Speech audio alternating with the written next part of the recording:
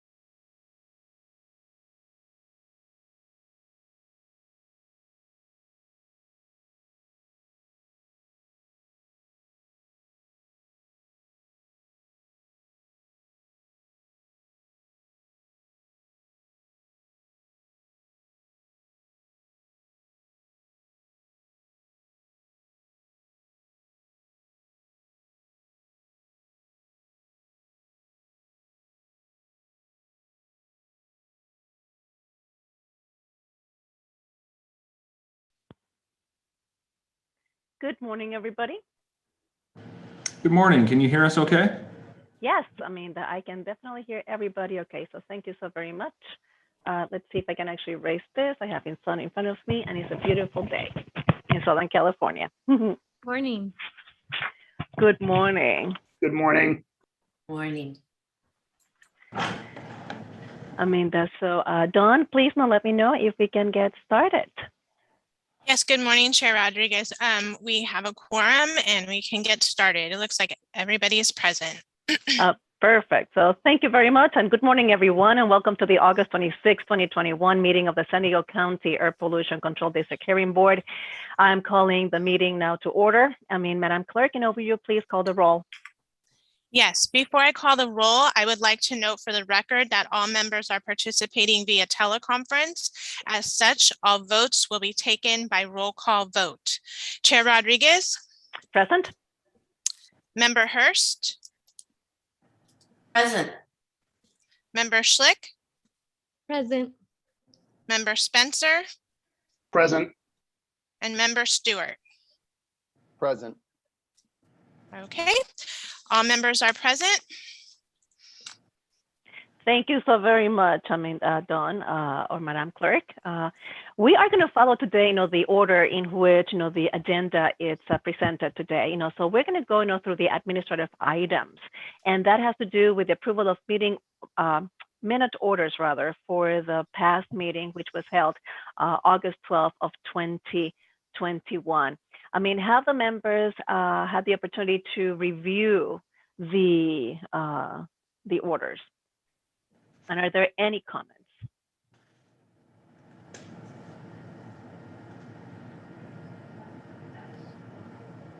No comments, no, I guess no from the board members. Do we actually have any comments, from APCD staff? No comments, no. No, well, thank you so very much. No, so do we actually get a motion, to approve, the board orders, from August 12, 2021? Yeah, motion to approve. Do I actually get a second? Second. Thank you so very much. Madam Clerk, will you then please call the roll? Yes, thank you, Chair Rodriguez. Chair Rodriguez, Yes. Member Hurst. Present. So Member Hurst, now you just have to say whether or not you approve the minutes. So you can just answer yes or no, or you can also abstain from voting. I believe you're on mute.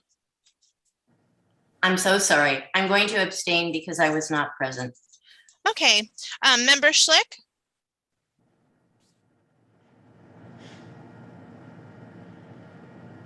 Member Schlick, you're on mute also. Sorry. Yes. Okay, and Member Spencer Yes. and Member Stewart. Yes. Okay, that motion passes with the majority of members voting aye, and then Member Hurst abstaining from voting. Thank you so very much, Madam Clerk. Very efficient, on this one. And so let's actually go on to the next item of the agenda, which is public communication. So, Madam Clerk, have we received any requests from the members of the public, that wish to address the board today? There are no members of the public wishing to provide public comment this morning. Thank you so very much. For just historical perspective, we used to keep, this to the end of the meeting, and I am really very glad, that we're providing this opportunity to the public to address the board from the get-go. So thanks again, Don. So in that's the case, then we are very effectively moving towards the petitions. And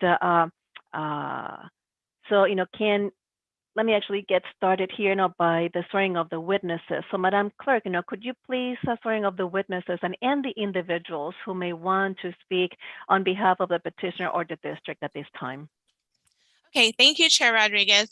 I would ask now that all of those that will be providing testimony during today's hearing to please turn on your video at this time and raise your right hand.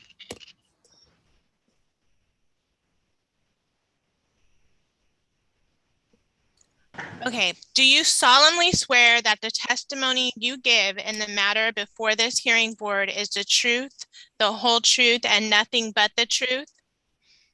I do. Yes. I do. Okay, thank you. Now, would the hearing board counsel please identify yourself for the record? Emily Helms, Senior Deputy Counsel, Senior Deputy County Counsel for the hearing board. Thank you, Emily. Would the Air Pollution Control District staff please identify yourselves for the record? Yes, William Jacks, Chief of Compliance. Mary Mahoney, Civil Actions Investigator with the district. Julie Byford, Civil Actions Investigator for the district. Gretchen May, Air Quality Inspector. Mohsen Nazemi, Chief of Engineering Division with Air Pollution Control District.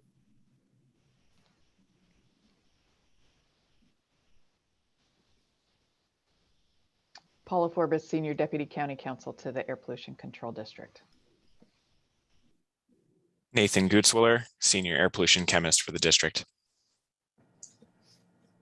Okay, is there anybody else from the district? Okay. So now would any representatives of petition 4521 from the city of San Diego, please identify yourself for the record? Good morning. This is Tom Rosales. I'm an assistant director with the City of San Diego's Public Utilities Department.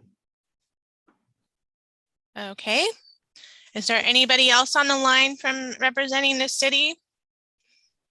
No, just myself. Okay. And then lastly, would any representatives of petition 4522 for Superior Ready Mix please identify yourself for the record?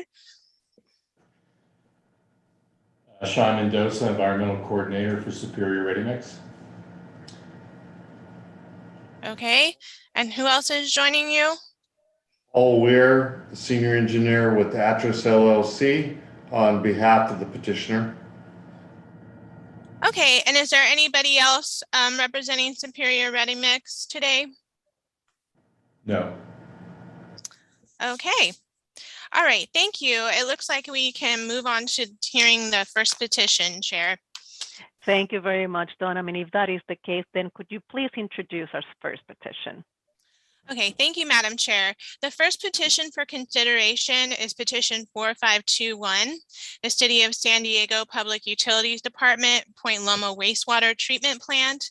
The San Diego Air Pollution Control District petitions the District Hearing Board for a stipulated abatement order, an SAO, directed to respondent, the City of San Diego Public Utilities Department, and all employees related to the city's operation of a municipal wastewater treatment plant located at 1902 Gatchell Road in the city of San Diego. The district's petition seeks an SAO requiring respondent to cease violating conditions of district issued permit APCD 2009-PTO-950315 by causing leaks resulting in air emissions. The district hearing board will decide whether to issue a stipulated abatement order that requires the city to comply with district rules 21 and 1421.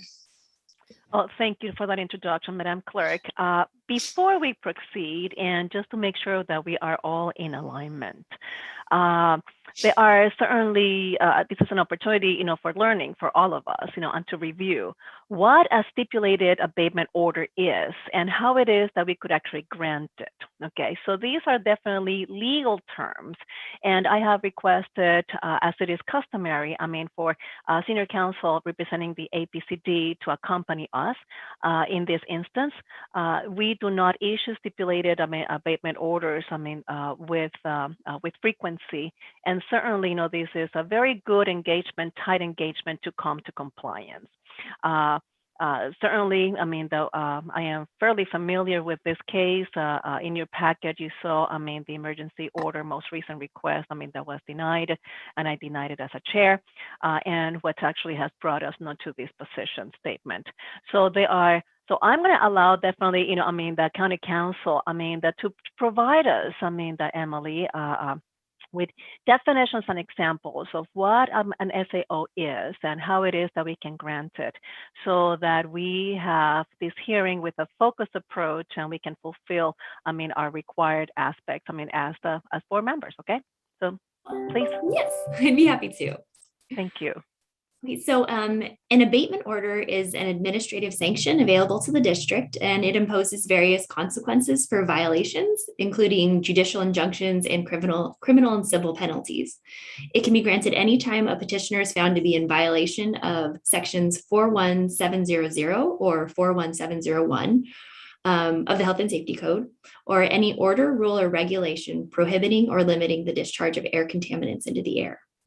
A stipulated abatement order is agreed to between the district and the alleged source of the air pollution.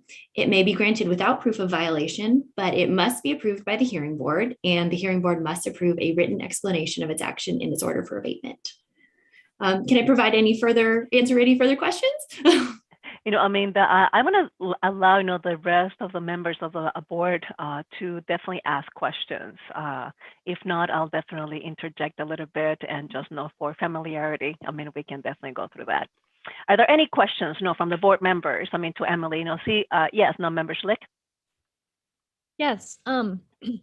Emily, so you shared about an abatement order provides the county air district with possible consequences should they fail to meet, increments of progress. Does a stipulated abatement order have those same possibilities to kind of enforce the order?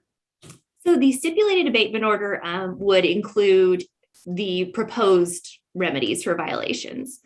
So that they would be what the district and the petitioner have agreed to. And the board would review that. And if they determine that they're appropriate, they could approve the order. Thank you. Any other questions? Nope. So Emily, so this stipulated, abatement order definitely is kind of an agreement reached, between petitioner and the district, and certainly, it is not an easy path, because definitely the requirements to come into compliance are very tight, both, the requirements and also in a timeline. And you know how much I like timelines. So is that correct? I'm sorry, if the timeline, I believe the timeline would be established by the stipulated abatement order. So it would be under the terms, and the board is free to adopt different terms if that's what they choose to do. But all the terms and conditions would be in the proposed agreement. Okay, perfect. Any other questions? So we have, the senior counsel, certainly for the APCD hearing board, representing us and present. And if we would need, to ask any questions, we will do so certainly at the end of the presentation, for example. So I definitely encourage everybody, to keep, paper and pencil ready. And I itemize, your questions. Again, this is not taken lightly. This is definitely something really very strong, like anything else that we actually provide. So if that is the case, so I believe that we actually have heard, the definition and the good cause and a couple of questions on this one. So let's actually open, the hearing. Customarily, what we do is that we allow the APCD staff, to make their presentation first. And in a focused approach, we definitely engage with the petitioner, on those elements. And of course, this is a formal yet welcoming way of exchanging views, and certainly, where we actually stand, and certainly, again, going back, that we want to keep, these folks in compliance. That this is a very interesting opportunity because, these, Point Loma, wastewater treatment plant, is an essential public service, meaning though, that we cannot shut them down. It would definitely have, several ramifications upstream and downstream, from us, So with that, Mary, will you be the person actually making the presentation on behalf of the APCD? No, it will be Julie Byford. Oh, hi, Julie. Sorry about that. So Julie, that definitely, please begin. And that we will actually have questions for you. And certainly we continue with this, engagement. Thank you, Julie. Okay, thank you, Chair Rodriguez. Dawn, could you please present my slides? These have been turned in prior to the petition today or the hearing. Okay, all right. Good morning, everyone. Again, my name is Julie Byford, Civil Actions Investigator for the San Diego County Air Pollution Control District. Other staff here with me today are Paula Forbes, Senior Deputy County Counsel, William Jacks, Chief of Compliance, and Gretchen May, Air Quality Inspector, who is the routine inspector for the Point Loma Wastewater Treatment Plant. We're here today to present the district's proposed stipulated abatement order with the City of San Diego Public Utility Department's Point Loma Wastewater Treatment Plant regarding the uncontrolled release of digester gas emissions. Next slide, please. Thank you. My presentation will cover the points in the district's stipulated abatement order that was filed with the hearing board on August 10th, 2021. First, I'll cover the statutory context or the California Health and Safety Code laws that govern stipulated abatement orders and what a stipulated abatement order is. I'll provide a brief facility overview of the Point Loma wastewater treatment plant. I'll go over photos and maps of the facility and equipment and review the events leading up to the filing of the stipulated abatement order. Next, I'll provide the district's reasons for requesting the stipulated abatement order, why it is needed, and demonstrate how both parties work together during this process to agree to the terms before today's hearing. I'll go through the stipulated abatement order conditions and increments of progress requested by the district and agreed upon by both parties to ensure compliance is achieved as soon as possible. Finally, I'll wrap the presentation up with the recommendation that the hearing board grant order for stipulated abatement. Next slide, Dawn. Thank you. I've included this slide again as a general overview of a stipulated abatement order and how stipulated abatement orders are unique. An important distinction of stipulated abatement orders is that both parties work together on the terms and conditions to come to an agreement of the stipulated abatement order prior to the hearing. A stipulated abatement order acts as an additional enforcement tool for recurring compliance issues. It does not provide enforcement relief, but it does put the respondent on an enforceable schedule for returning to compliance. Next slide. Before we get into the specifics of the stipulated abatement order, I would like to first provide a brief overview of the Point Loma wastewater treatment plant. It is a municipal wastewater treatment plant located on the Point Loma Peninsula and cliffside of the Pacific Ocean in the city of San Diego. It provides an essential public service, treating wastewater for more than 2 million residents. The facility operates 8 anaerobic sludge digesters and holding tanks. The respondent processes approximately 27 million gallons of organic waste per day under the permit that is subject to today's hearing. Anaerobic digesters are used to break down organic waste and sewage, and this decomposition or digestion process generates air pollution emissions. Next slide. Thank you. This is an aerial map which shows the facility in relation to the Pacific Ocean and away from nearby residential dwellings. The closest residence is estimated to be 3 to 3.5 miles away from the facility. The district has not received any air quality complaints. Next slide. The image of this map of the facility leaks is included as Exhibit D in the petition submittal and has been updated to include the most recent leaks detected. The facility layout shows the names of all 8 tanks. It also identifies where leaks were detected by district staff on May 21st, 2021 for all 6 tanks in operation. Because tanks C1 and C2 have been down for repairs, leak detection could not be performed on these tanks. None of the remaining 6 tanks in operation can be taken offline for repairs because the facility needs to continue to meet capacity demands. 2 months after the district first identified 19 leaks, 18 leaks were again identified by the district on July 13th. Most recently, on August 10th, the district identified 21 leaks with a new leak location of tank N2's digester gas line condensate hose. Of note, the respondent and district have remained in communication since May when the leaks were first detected and emergency variance was denied. We have worked together to address the delays and the need to return to compliance as soon as possible. Next slide, Dawn. Thank you. The photos shown here were taken during the inspections from the top of the tank domes. I provided them to help the board visually understand what a pressure relief valve is and what an access hatch looks like, which are the main sources of the uncontrolled release of digester gas and high readings. The first photo on the left is of a Varic pressure relief valve identified by the blue arrow. The second photo is a closer look at the pressure relief valve with temporary sealant recently applied by the respondent. It also depicts both parties using handheld gas analyzers for the leak detection.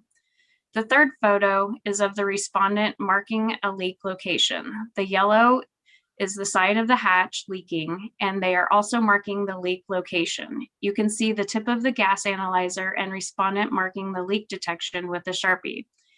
Each tank has access hatches, several of which are leak locations. Each of the inspection dates where leaks were identified by the district, they were done so with a calibrated Eagle 2 handheld gas analyzer. They were also verified by respondent staff with their own handheld gas analyzer. The leaks identified ranged from 75 to 54,000 parts per million by volume, or ppmv, of digester gas. 54,000 ppmv is the maximum reading of the gas analyzer. The site continues to use their own handheld gas analyzer for routine self-monitoring during this process. Next slide. This slide again lays out the timeline of equipment failures and violations leading to the district's request for a stipulated abatement order. The district discovered 19 leaks in May, followed by 18 leaks detected 2 months later in July, and now 21 leaks in August. Detailed information can be found in Petition 4521 Exhibit B. On May 20th, 2021, tanks 7 and 8 experienced issues with the pressure relief valves. An inspection by the district on the following day, May 21st, discovered 19 uncontrolled digester gas leaks with increased methane emission levels on all 6 operational tanks, and a violation was issued for uncontrolled release of digester gas. On May 24th, 2021, an emergency variance was filed by the respondent due to the district finding the 19 leaks of digester gas. The APCD hearing board heard position statements from both parties the following day, May 25th, and denied the emergency variance, determining there were systemic issues related to a disregard for proper maintenance of equipment, causing equipment failures and uncontrolled releases of digester gas emissions. On July 13th, the district conducted another inspection and discovered 18 leaks detected, again from all 6 operational tanks. A violation was issued again for uncontrolled release of digester gas.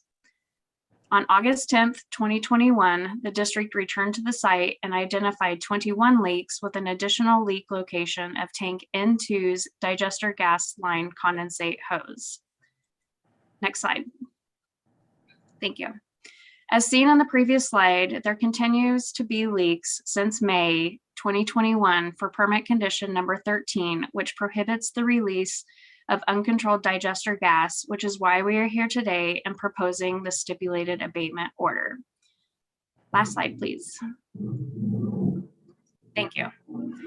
Sorry about the motorcycle. When talking about the conditions and increments of progress, I'd like to mention that the district really appreciates the respondent providing information throughout this process, working together and agreeing to the terms and conditions prior to the district submitting the stipulated abatement order petition to the clerk of the hearing board on August 10th. The agreed upon conditions are as follows. The respondent shall not create a public nuisance. Respondent shall submit completed purchase orders for all replacement pressure relief valves and hatches within 4 business days. Respondent shall submit confirmation to the district after installation of emission control equipment is completed for each valve, each hatch, for each tank within 4 business days. The respondent shall submit completed testing results of each repaired emission control component within 4 business days. Respondent shall notify the district when all emission control equipment and associated tanks are fully operational upon the day of completion. Respondent must return to compliance with no digester gas leaks from the pressure relief valves and hatches measured by the handheld gas analyzer no later than February 1st, 2022. And last, the respondent must maintain at least 2 pressure relief valves on hand for future replacement needs. Please note that July 2021 to February 2022, a period of 8 months, is the time the respondent indicated they would need to receive and install the parts in order to return to compliance. As this is an essential public service, the respondent is not able to shut down the facility to make the necessary repairs on each of the tanks. From statements provided by the respondent, the fabrication of parts, travel restrictions, and driver shortages have led to the delay in receiving parts and delay of returning to compliance. If replacement pressure relief valves had been maintained on site, the leaks could have been repaired sooner without a need for the stipulated abatement order. As such, based on the understanding that replacement parts are necessary to have on hand, the city has agreed to maintain spare pressure relief valves on site for future replacement needs. In conclusion, as previously mentioned, both parties have worked together and have agreed to the terms and conditions reviewed today. The district recommends the hearing board grant petition 4521 stipulated abatement order.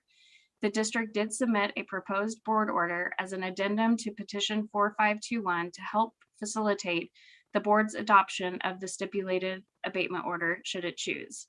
Again, both parties have reviewed and agreed to the addendum prior to the submittal. Really appreciate your time today. We are here for any questions that you may have. And that wraps me up. Thank you, Julie, as always. I mean, really very good presentation. Madam Clerk, if you could go back, to that presentation, or maybe Julie could go back to that presentation. I would like, to kind of park myself on slide number 10.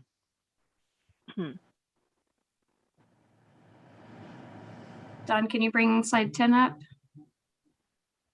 The last slide, the conditions and terms. Yes, great. Yeah, I mean, I definitely can see certainly, these collaboration, between petitioner and the district to come into compliance, and understanding, the complexity, of running certainly, the wastewater treatment plant. I can see that 8 months is relatively reasonable. But what I see is a correction of the issue, but not a prevention of future issues, in these. So let me explain. For example, the petitioner actually returns to compliance, but certainly, there is no condition for including inspections as that documented inspection reports, the making sure, that the pressure relief valve is in ready condition to be used, for example. The wording, definitely, I know that maybe some legal issues here. It says on hand. I want to see it on site and ready for deployment. Something along those lines. I truly believe now that it now becomes readiness. Now it becomes preventative, because this is really very good to get them to compliance. But how do we assist petitioner on a preventative plan, for them to avoid, these leaks that as part of the business, and the location is likely to happen again. So that's how I see with this. So certainly, I would like to see something on those lines, on type of the additional conditions, for this, So certainly, it's not extraordinary, to request something along these lines, I believe. Because, it is also part of the operation. So so you come to compliance, that you actually have a systemic recurring issue. So fix it. And don't let it happen again. So we need to ensure that recurrence is abated. And that's what I'm looking at this for, not just correction, because for me, this is just containment. But how do we actually help petitioner? Not to do that. We don't expect public nuisance from this petitioner ever, from a location, wind direction, the proximity. So that's like a perfect condition. Okay, so let's actually make sure that petitioner is actually sustains compliance, and that's where I'm going with this. Okay, so that would be some of my comments. The other comment that I would like to see definitely on these conditions, I want to see a timeline. Members of the board, I need to see a timeline. Why is this? Because even though you're not going to be held to a timeline, at least I can definitely understand your plan of action. and then I can appreciate what type of steps you have taken in a methodical manner to come into compliance.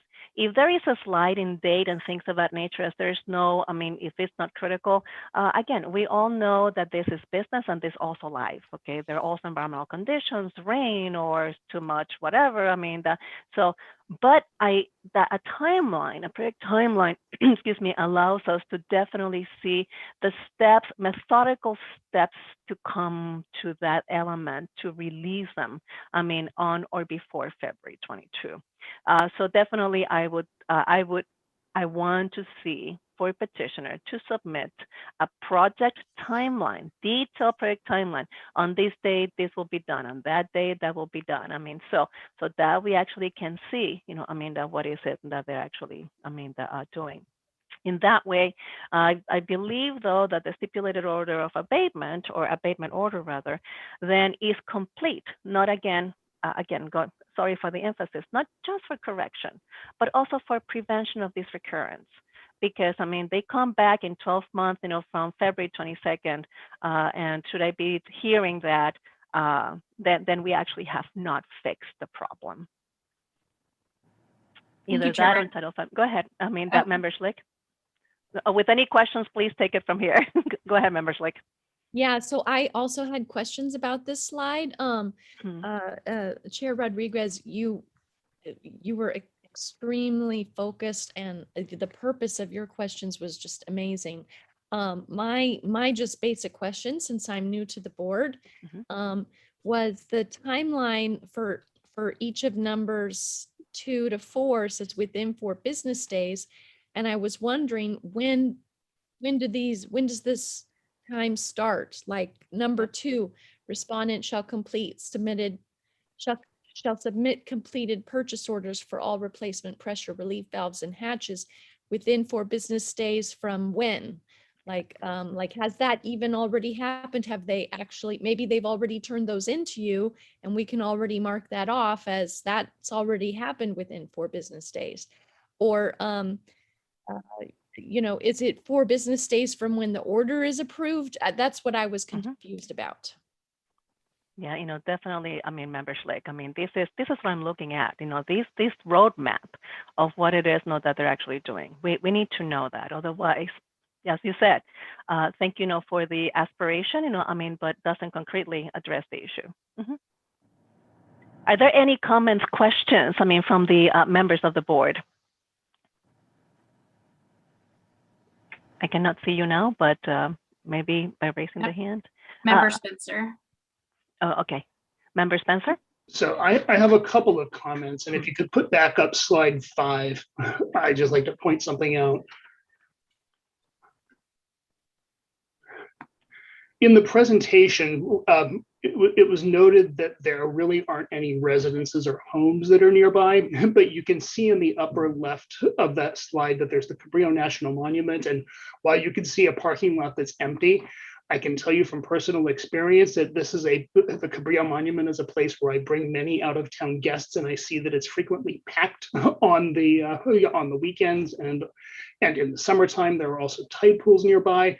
So just because there are no residences, there are still people that are doing recreational activity, and a fair number of people in the vicinity of this area. So in my mind, that really has having any kind of an issue with this treatment plant really poses more of an issue to health of the people who are nearby than that may have been appreciated. I'm sorry, I'm in a meeting. Can I get back to you? Thank you. So that's the first thing. I just would like people to be aware of it.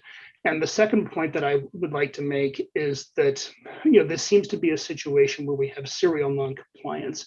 So I don't want to make it feel like I'm piling on, but just in the issue of health prevention and keeping and the mission, as I see it, of what we're doing to keep our air quality better, especially around where there are going to be a lot of people, that we should really be focusing on preventing this recurrent violation. And I would like to see some sort of a schedule or some sort of a timeline of what specific preventive maintenance steps need to be, we would expect and that we would want to prevent us from getting back into the situation again as well. Yeah, Dr. Spencer, definitely. I mean, I think, that we continue to, kind of gather, there's some alignment here. Certainly, as I mentioned, it is unlikely that they would actually have a nuisance, problem, but nonetheless, that doesn't say, though, that escape of, but folks also know we're talking about methane gas. It's not just the health, it's also the possibility as well. Of some spark actually creating a fire and things of that nature. And they are definitely at the lower explosive limits. For this one, of course, the air condition and being outside helps them greatly, but that's not to say, however, that it could actually happen. Okay, so we are definitely making sure that, and as I always say, helping petitioner, to make sure, that they, avoid this recurrence of this issue, because it is about time, so excellent. Any other comments, from the members of the board?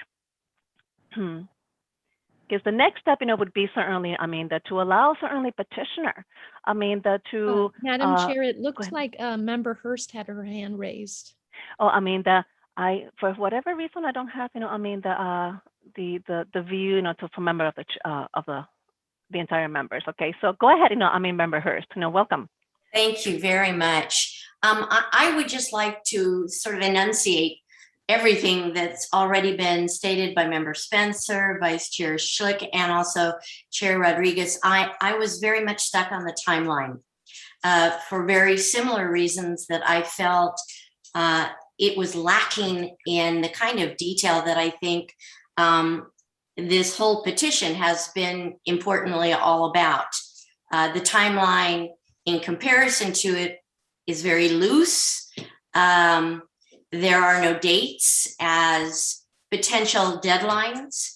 And when you look at Exhibit B, at least this is what struck me as a new member, when you look at the timeline of the notice of violations in Exhibit B, it goes on for an extremely lengthy period of time.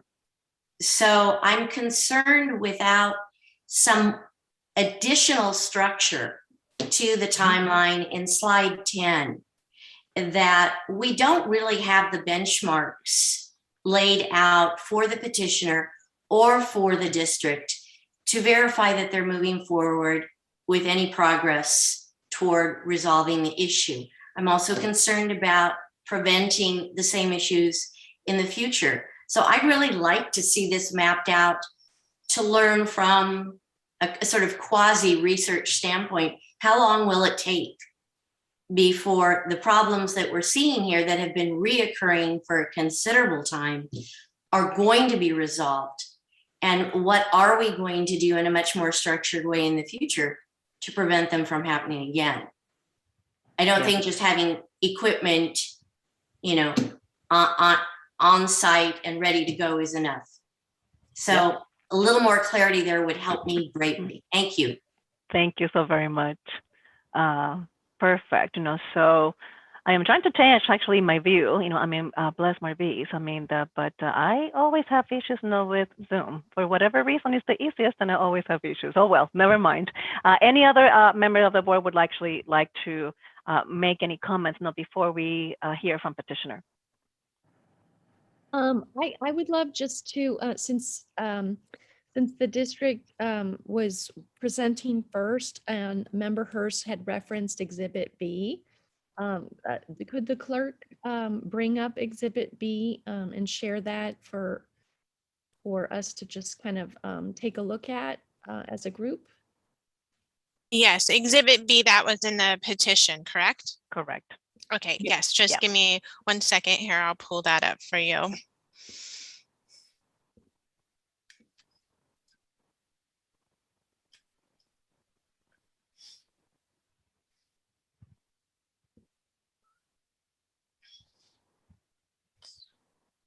Let's see, Exhibit A. Okay. All right, I will share my screen now with you.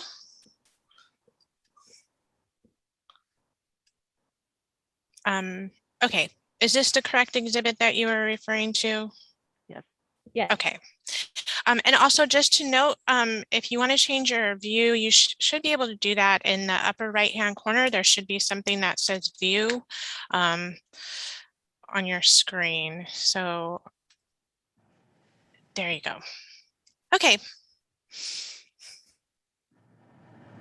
Yeah, so I just wanted to give the presenter, Julie Byford, a chance to maybe walk us through a bit of this, or just for us to have a chance to just kind of look at, was there anything else other than, anything else maintenance related that maybe should be included to prevent future systemic maintenance prevention problems?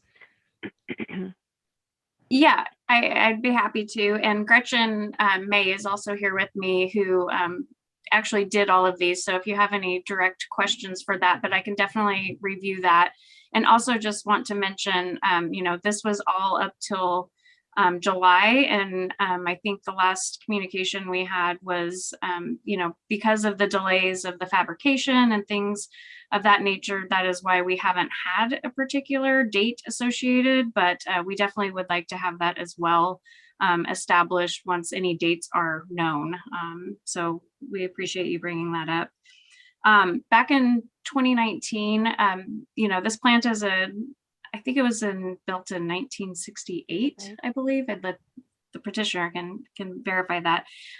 Regardless, it's a fairly older plant, and it had issues prior to 19, but the most recent in 2019, and then also very recent in 2021.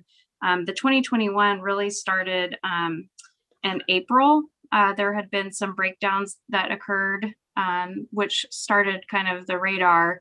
And then on the 20th or May 20th is when the breakdown occurred. And then that's when we went out to investigate further with the Eagle 2 gas analyzer and really got into the details of some of the amounts of leaks, and we're able to get those in our site. So there's been numerous breakdowns. There have been other breakdowns not associated with permit conditions 12 or 13 to other equipment. But for the purpose of this petition, these are the focus points. And as you can see, the pressure relief valves and the hatches are noted multiple times. And because we were already in the stipulated abatement order process in the August one and working together, and they were being proactive on, trying to do some mitigation by applying, the sealant and things to try to work towards gaining more compliance, we felt that was good faith and on their part to try to help work towards some of these steps of compliance. Okay, so I have a little question for, you said Gretchen was the investigator here? Gretchen May, yeah, inspector. Thank you.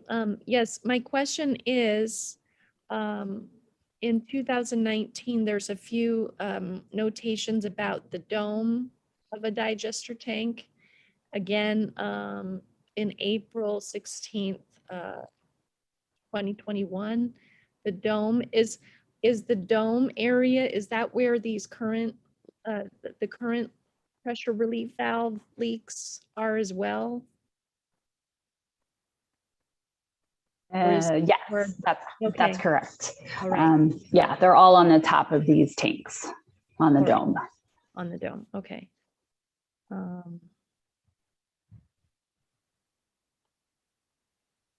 All right. Thank you.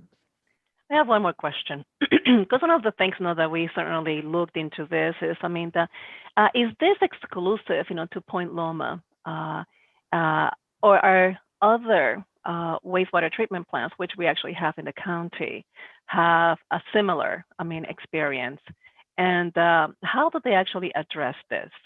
So Julie, this question is for you. You can definitely, bounce it off to, inspectors or, your engineer, for example.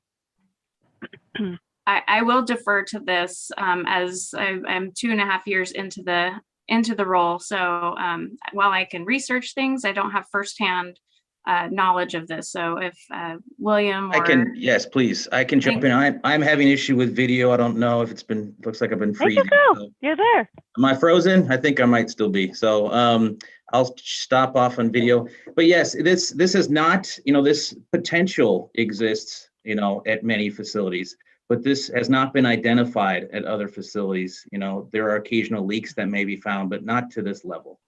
And, I think what has been identified is just, a maintenance, a serious maintenance lacking, and insurance that there are replacement parts available and on site ready to implement. And I think, as aforementioned, the dates in the timeline we agreed, I think our initial plan was to include these dates, but in the importance of getting this abatement order noticed and filed, and to ensure that there is a return to compliance as soon as possible. It's unknown as far as we know, and I know respondent should be able to provide an updated project list of when these dates should, if there's an update on any of these. But at the time of the filing, those dates were not known. It's like, this is the best guess, this is what it may be, but we can commit to having no leaks by February. So I think that is to address some of your concerns or some of your questions. That was the information behind that. Again, though, related to this facility, this is, we have not seen this at other facilities. No, I appreciate the intentions, but I'm a woman, we know what intentions mean, that good effort is not good enough in this case. Okay, so no, I need to make sure, that within the condition of these stipulated orders, that there is a very discrete and detailed timeline of activities that actually captures the roadmap to compliance. I want to see the task. I want to see the number, of the unit. I want to see the activities. On this day we shut down, on this day, no, I don't know, we transferred to blah, blah, blah. All that from now through the end of the 22nd, because they're not going to extend, that past February, that it has to be included here. And it has to be another, condition that I see that is lacking. Again, us to help, petitioner, is that they develop an inspection schedule and an inspection checklist with parameters. It could be a standard operating procedure that makes sure that on a monthly basis, they check that. That may actually be contrary to the permit, as issued, but between now and then, I need to see this, documented, clearly issued to the APCD, because otherwise, as I mentioned before, this is my concern. We are containing, a systemic, and address a systemic issue this way.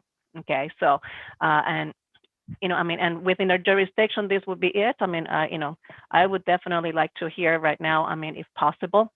We have to hear, from the petitioner on this element, and I think it's Mr. Rosales, if I'm not mistaken. If Dawn, could you please correct me if I'm saying Mr. Tom Rosales, please? So that, you say, your stipulated offered agreement, and certainly I do appreciate, that you spending the time, with the district, in this collaborative effort. But you could actually hear as well, the members of the board, see that your conditions are somewhat lacking. And for me, though, it is at the crux of these addressing, this issue. So I would like, certainly for you to address our concerns, and how it is that you're going to bridge this gap. Mr. Rosales? Yes, thank you. And good morning. Good morning, everybody. So first of all, I want to thank the staff for putting together this stipulated abatement order. They've been great to work with to this point, and so we appreciate the effort on that. So yeah, I heard a lot of things, and so I'm not sure if I'll be able to completely appease the board with everything, but we do feel like, and I'm not going to try to sidestep anything.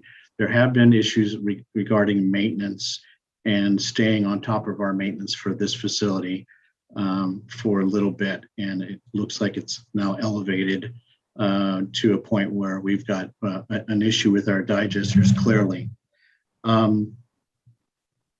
so I'll try to take every point that I heard one at a time.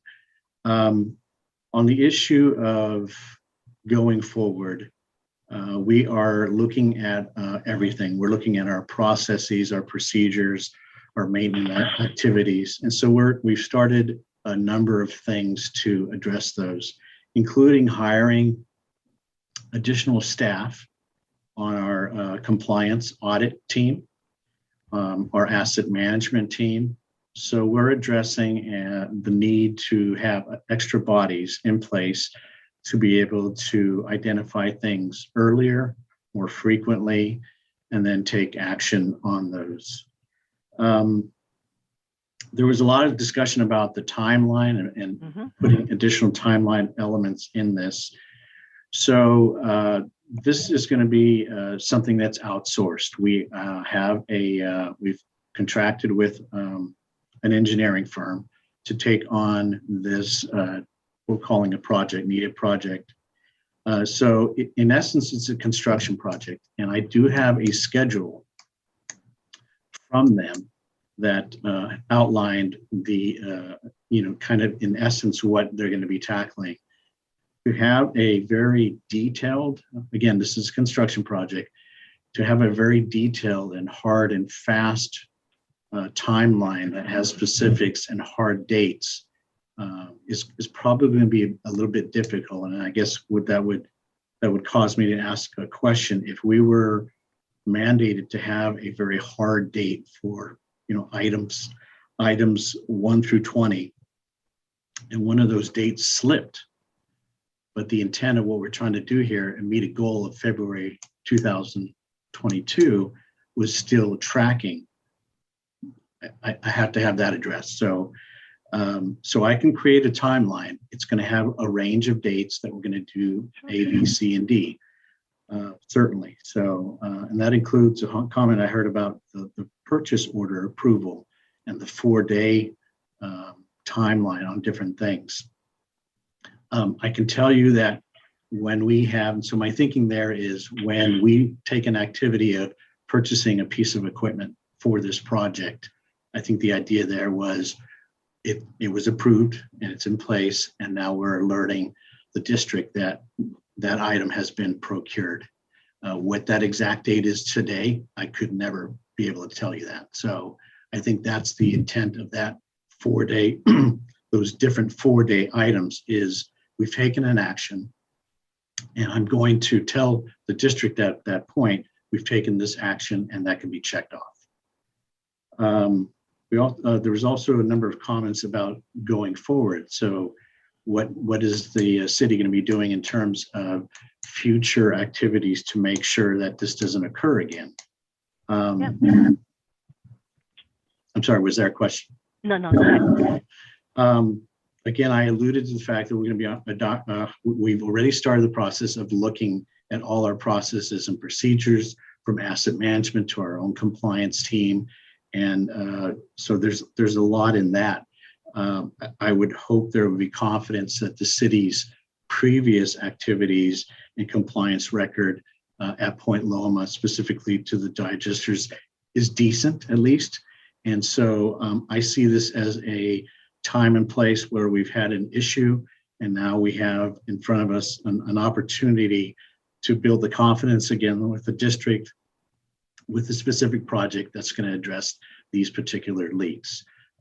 If the idea is that we build into the stipulated order additional things that are in the future beyond February of next year, I would have to know exactly what those are and how those tie in to this thing in front of us now, and that is the leaking valves and the hatches. So maybe somebody can address how that would be tackled. And I'll stop there. Go ahead. Yes. I had a basic question along that line. It seems like the stipulated order, the stipulated agreement that's before us today has in it something for the future, which is having 2 valves, replacement valves on hand. And we're suggesting that they be on site and ready to go. But basically, I think maybe what we're looking at is, I mean, you have six operational digesters. And so it would maybe be like more smart and maybe more forward looking to have at least 4 replacement valves, you know, something like that. Maybe 2 as of February, 2 more if it's a matter of procurement, maybe 2 as of February, 2 as of July, you know, something like that, some sort of plan. If it's going to take a while to procure, if it's something where you could procure 4 to have on hand, then why not do that? I think that's what we're asking. And then my other question is, you said for the purchase order, for these replacement valves, which there's going to take time for them once they're ordered to be made and delivered, and there's all these delays. So I just want to know, has the order been placed yet as of today?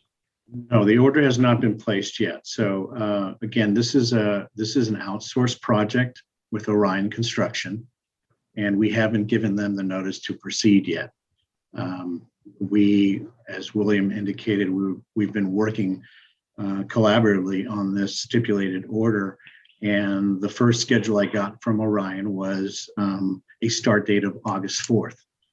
Obviously, that's about 3 weeks ago now. So we'll adjust that schedule, at which point Orion as a contractor will place that order, and there's about a 12 to 16 week lead time on those valves. So when they get the notice to proceed and they're moving forward, you know, at that point I can tell you, you know, based on our connection with Orion, those items have been ordered. Mr. Rosales, you know, I mean, let me say, though, you know, that I will not accept your construction timeline as your timeline. Okay, there is an issue here of your operations, and that then the contractor that works for you. I'm not talking about your contractor. I'm talking about, you know, Point Loma. Okay, so for example, I mean, it seems as though the Orion has been already retained and released to do this work for you. Is that correct? Yes or no? No, they're not under contract yet. We have not given them a notice to proceed. All I have from them at this point is a schedule and a cost to do this project, the scope of work in essence. Yeah, so let's back off on what it is that I want to see. Okay, so there is going to be a merge of your operations to get Orion, I mean, to address this. And in addition to that, you can actually put the construction management schedule, I mean, on it. But I mean, it's not just, I mean, let's actually call construction here. There is the planning and the programming and the construction and the handoff, which is now future speaking to prevent recurrence. Okay, so you have not addressed the planning, you have not addressed with me the programming, you have a bucket here of a proposal from, I mean, Orion, and then, you know, you actually have not addressed the handoff and the sustainable maintenance of these, I mean, units. So how to, I mean, so that is the timeline that I will be requesting, by the way. I mean, because, you know, when we actually close the hearing, I mean, to do this, I mean, that is the timeline that I want to see. I mean, it's not, I mean, Orion speaking for Point Loma. I mean, it is you looking, you know, I mean, holistically at making sure that those steps that are necessary to come into compliance, you know, I mean, that are there. And have the budget been approved already by the city? Yes or no? We have budget. Thank God, you know, so at least know one thing, you know, that we can actually say check. Okay, I mean, that's so, but that is really very important. And that's what I see, you know, that's my biggest gap. Honestly, I know some of the steps, but I cannot see the preventative action that you're taking. And hence, you know, this is when I'm so stuck, you know, in the timelines. You can see that I'm a PM, you know, I mean, it's one of the things that I actually do here. So that would be fantastic, you know, I mean, also for the handoff, you know, I mean, I like, you know, definitely that you're looking, you know, for additional resources in manpower, but are they trained manpower? And when you make the handoff, you know, from the construction to the operations, that needs to be captured as well. Have I provided you a little bit more clarity on the timeline that at least I am looking forward to? No, not really. So let me interject and ask for a little clarity. So I think what I heard you say was, Tom, it's a construction project. That's great. Within that, I need a very detailed plan that says along the way, these are the items that are going to happen and when they're going to happen. Correct. If I got that clear, then I don't want to try to create something that isn't acceptable at some point to the district. If the district has examples of previous respondents on other projects that created something like this, I imagine you didn't create this just kind of out of thin air. There are examples that I can use that would be acceptable in terms of the detail that you're looking for. Okay, I mean, we can definitely provide that, I mean, at a high level here, I mean, as we actually speak, and the district can actually provide, I mean, the details, but I am somewhat concerned, that what I'm speaking of, is not known and already managed, I mean, by the city. I know that I have worked definitely, I mean, with Mr. Sierra on many occasions, and he has provided and knows how to put a comprehensive timeline together. I mean, so I do not know if you work, with Mr. Sierra at all within the city. As part of, I think he's the director of public works now for the city of San Diego. I mean, we had a very short time frame between the time we started this process of a stipulated or the potential for a stipulated order and today. Okay. It's only been a while. So what I did in my role was to pull together the resources, get us here today to talk about this item. I can certainly pull together a more detailed plan, as you alluded to. No, thank you. I mean, that would be really appreciated. And I know that the, again, City of San Diego has been in front of me and they know what it is, that we're asking for. I mean, but definitely we can help as well. I mean, please. I mean, again, we want for you to be in compliance, I mean, and we want to, I mean, public, I mean, the Point Loma, I mean, the wastewater treatment plant, I mean, not to address, these recurrent issues, okay? The second comment you made, I also don't have the clarity on. So you referred to the handoff from the construction to real life again in February. That too, I mean, I can create a number of outputs. I suppose I could create a letter to the district saying, this is my plan once the construction process is complete, in a letter form, some sort of plan that outlines those details. That's not hard to do. So if that will suffice in terms of here's what we're going to do in the aftermath, I can do that. Yeah, I mean, the handoff definitely is that transitional aspect, I mean, which would be kind of, this is it's not a new installation, I mean, but it is, construction has ended. How it is, the O&M operations and maintenance folks are going to be addressing, I mean, that this new installation. Whether it be by standard operating procedure, I mean, by training of the folks, that is what we actually call in the business kind of a handoff, and is very much used in construction and engineering terminology. So that's what I'm actually talking about, and which actually could be part of your timeline. I mean, so you can actually have, I mean, another task on a rubric. I mean, on that one, I mean, Ms. Lick, I'm not ignoring you. I can hear I can see you raising your hand. So that is it. I mean, Ms. Lick, please go ahead. Yeah, so I was just kind of like throwing together like kind of an idea for Tom and Julie to just kind of like let them bubble in their heads about if this could be part of the agreement, and it would be a little more detailed than and maybe palatable for us as a board to approve. So for instance, it sounds like you're waiting to hire Orion if we go ahead and approve this agreement. Is that one of the holdups?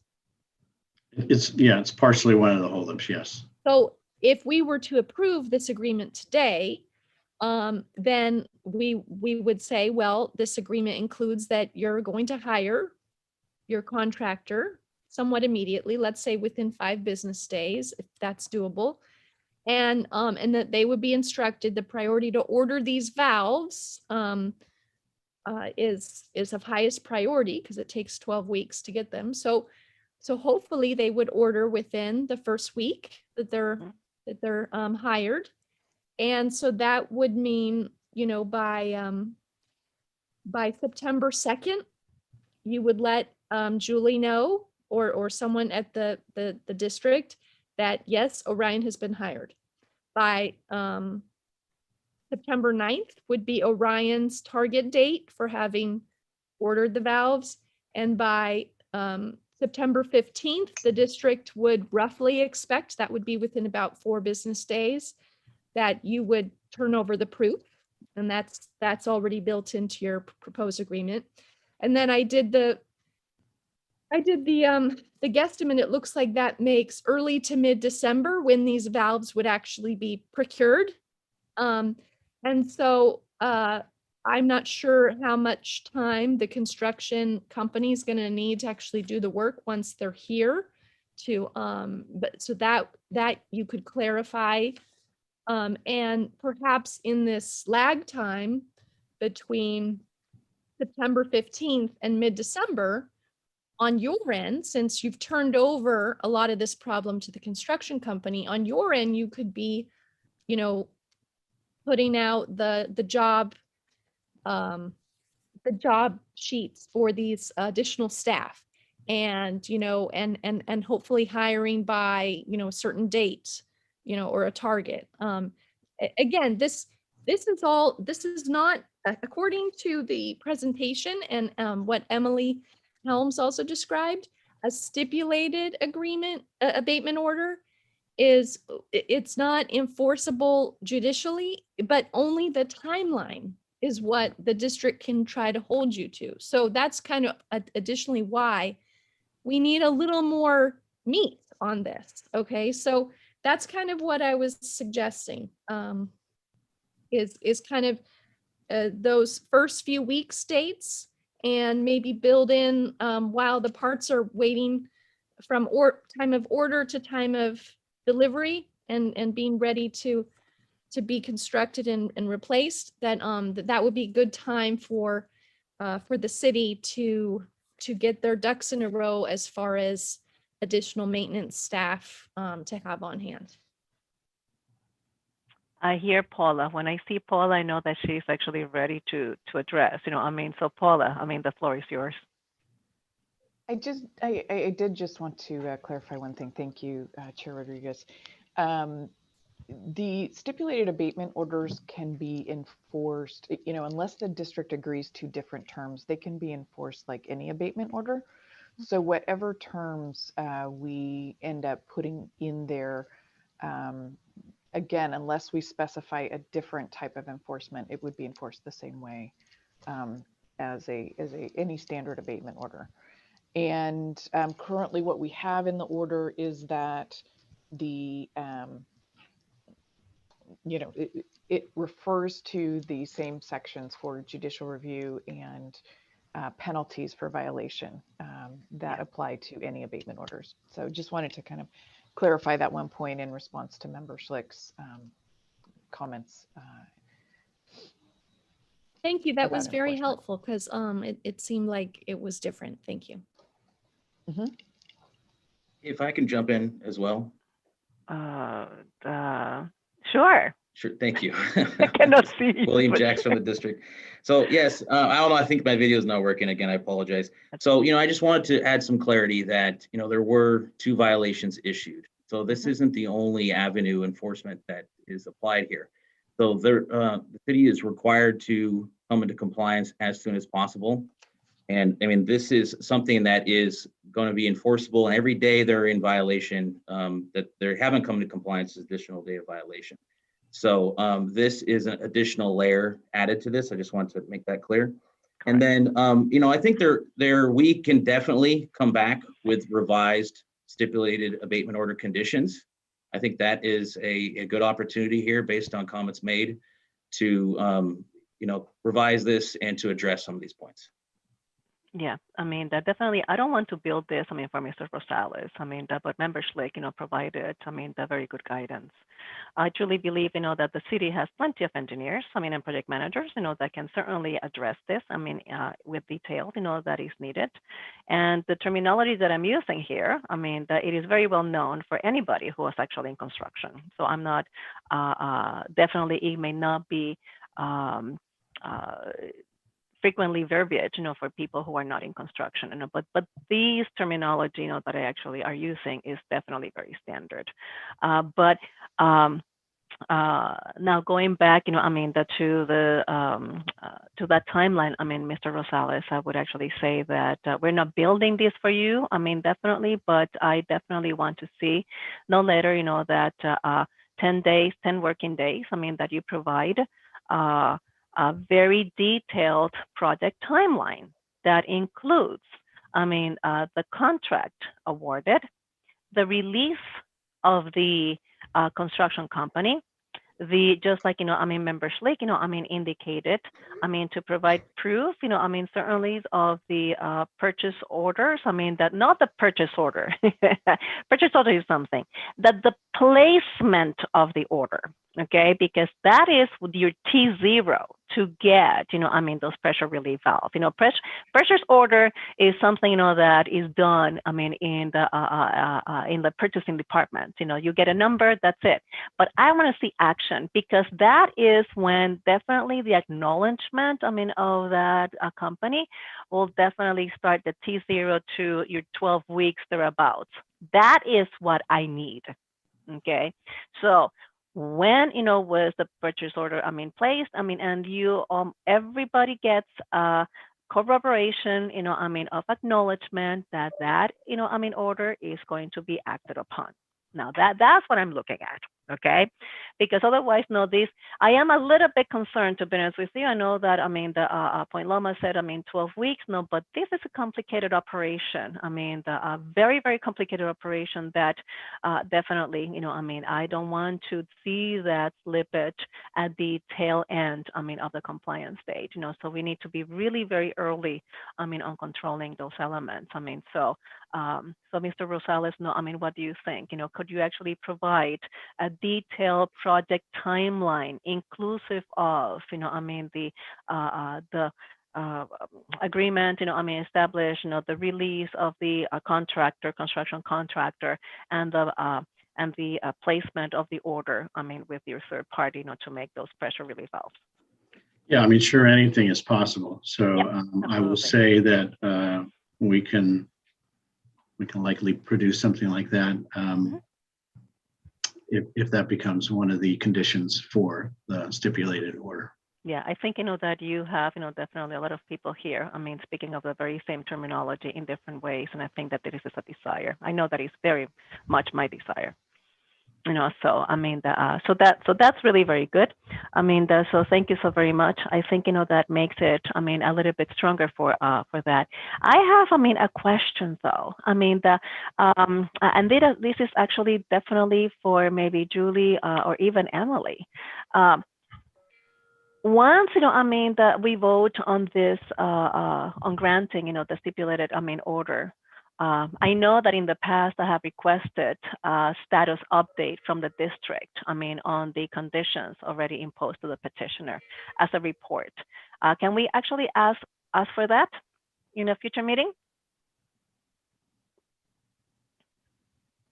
Chair Rodriguez, I'll actually respond to that. Absolutely, we can definitely include that. I think that is, additional layer that would be needed for progress. And I also kind of want to make sure to mention this, so there's no confusion, that the city does not need the increments of progress in place to move forward, to take action, to continue to move forward quickly.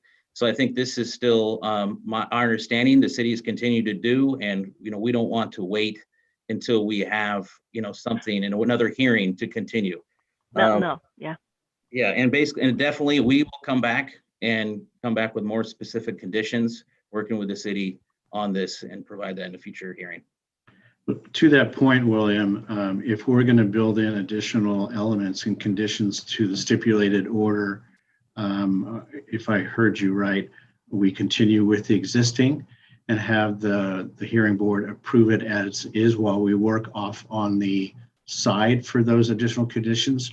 Or are you suggesting that the city be given an opportunity to review those additional conditions and then bring this back for consideration at a later date? As stipulated, that would be the case where you would have the opportunity to review prior. But the point I'm making is that the need is to get this resolved quickly as possible and do not want to wait for future hearing or future, comments from a hearing before the city continues to take action. Yeah, I think I feel like we could probably rely on your good faith efforts to agree to provide the information requested, just as part of agreeing today to let you go forward. But we would, hope for let's get an update, maybe in a month or something. And that would be on. So just so I understand what you just said, the approval today, if it goes forward, if there's a motion made, would look exactly, the stipulated order would look exactly as it's in front of you today, or are we gonna, and we're just relying on my good faith to follow through on the timelines and so forth with staff, or are we bringing back a revised order for a future date? I think a suggestion would be a continuance and to come back to a very soon hearing date with a revised stipulated abatement order with more specific conditions. So let me ask as well. William, I am definitely looking at that, but I also want to see, the timeline, from the clerk of the board on the continuance. Madam Clerk, if, we continue today, would this be heard, at the next regular scheduled meeting or in 30 days? So we already did the noticing for the next scheduled meeting, which is on September 9th. So the meeting after that would be September 23rd. And then after that, it would be October 14th. So that means that we would actually be hearing it at the end of September? Yes, that would be the next available meeting on September 23rd.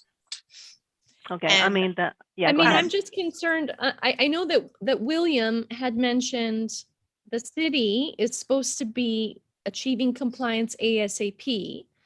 But it seems like they're waiting until this stipulated abatement order is approved to hire the construction company. So if we continue this, is the city, Mr. Rosales, going to just hold off on moving forward, or?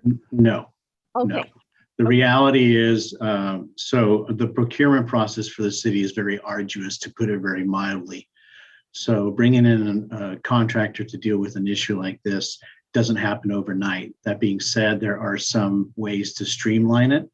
So we've gotten tentative approval for an emergency procurement process to allow this to move forward. I would expect that approval will get finalized, if not next week, maybe the week after. As soon as that happens, irrespective of what happens here, we're gonna continue forward as though this got approved today, as was with the contractor, and moving forward and making orders and so forth. And my question is, what makes it so difficult to accept one additional item on the conditions? To actually say, for you, because you will accept for the city, that says that, in 10 calendar days, you will provide, a timeline of action. So that is my motion, not continue the motion, but for, for you to consider acceptance, to provide a timeline that is a comprehensive timeline for addressing this project that provides a clear roadmap. That would be my condition. And then at the end, and then we can actually have a status update from the APCD, and of course, Mr. Rosales, you will be more than welcome, on the meeting on the 29th. I cannot, I'm truly surprised, that after the denial of the emergency variance, that, it has taken so long to actually address this, recurring issue. So could you then consider accepting one more condition on that stipulated order, which is that in 10 days, it will actually provide, the city of San Diego will provide a comprehensive timeline? Oh, I certainly can, but I do work for other people. And so I can't speak for them. I would imagine that they would be I would imagine they would accept it as well. But I do need to check with other folks that we had a good hearing today, but there are other conditions that I would like them to consider and review as well. So I can't speak for them. Now, if you want to rely on my good faith and not build that condition into this order, and I still will follow through with it, I can certainly do that. I can rely on your good faith, Mr. Rosales. I mean, but when you actually come to the board, you represent the city of San Diego. You have been empowered to make decisions for the city of San Diego. Okay. I understand. So, here, you say that you will be willing to accept one additional condition, in the stipulated order that within 10 working days, you will provide a comprehensive timeline. And then, I would actually request, for the APCD to provide a status. And of course, again, you are more than welcome to address this board, on the 29th of September. That would be my condition. Otherwise, it's hard to move from this point, forward. I don't want delays. I don't want an administrative, or you haven't reached that, therefore I cannot grant you this. You need to move forward. But it's also, this is what with the hearing board is here for. You can present your case, APCD can present your case, you come to the board, we say, good attempt, but we still need the following. So if Chair Rodriguez, go ahead. This is the clerk. I just wanted to interject here. So the next meeting is on September 9th. However, I've already provided the notice for this. So I would have to defer to Emily Helms regarding hearing or looking at this stipulation that at that meeting. So Emily, would we still be able to hear this on the 9th, because the noticing was already done. It'll be published in the newspaper on August 31st. Well, and I think she was talking about the second meeting in September, the 29th.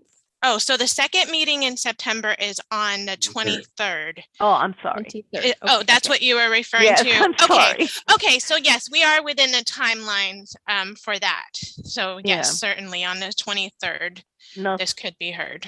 Thank you, Madam Clerk. I'm Rodriguez. just saying that this is not an extraordinary condition to be added to the stipulated order of agreements, and it gives a lot of flexibility to the city on how to provide the information.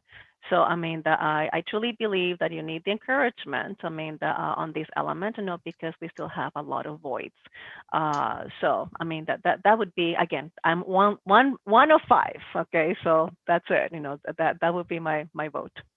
And I would second Chair Rodriguez's motion of those two little additions to this stipulated abatement order.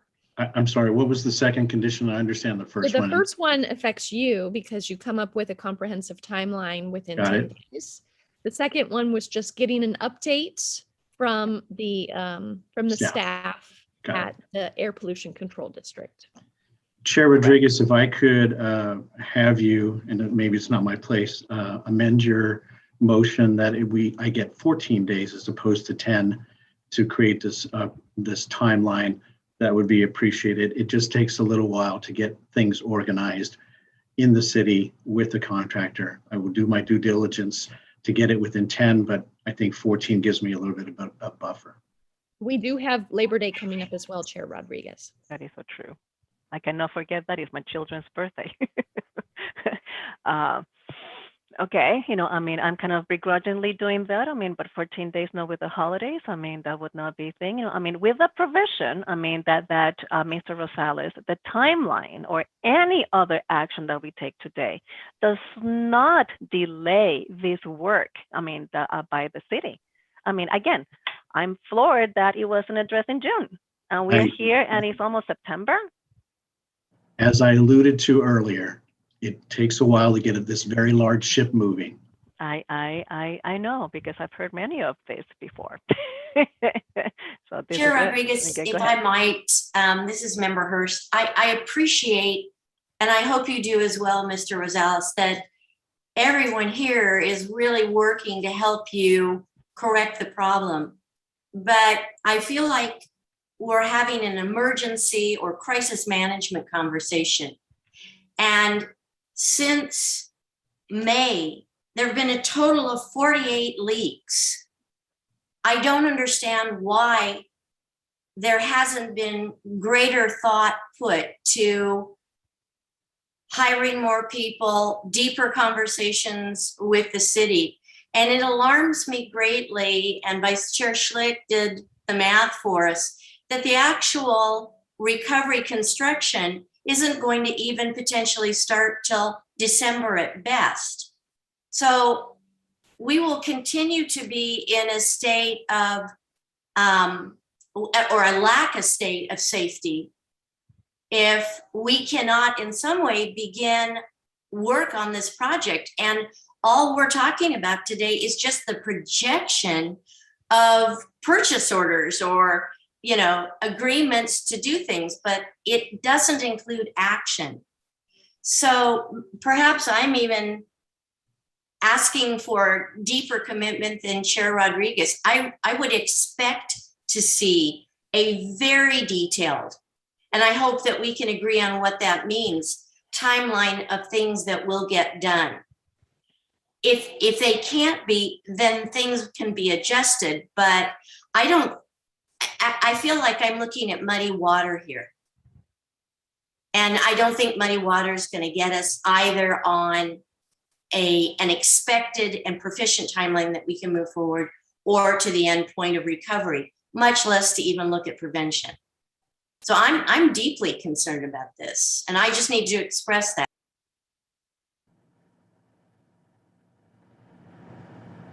Mr. Rosales, are you frozen? No, I'm here. Oh, okay. So Ms. Hurst actually, is asking, for, a deeper commitment, so what is your feedback?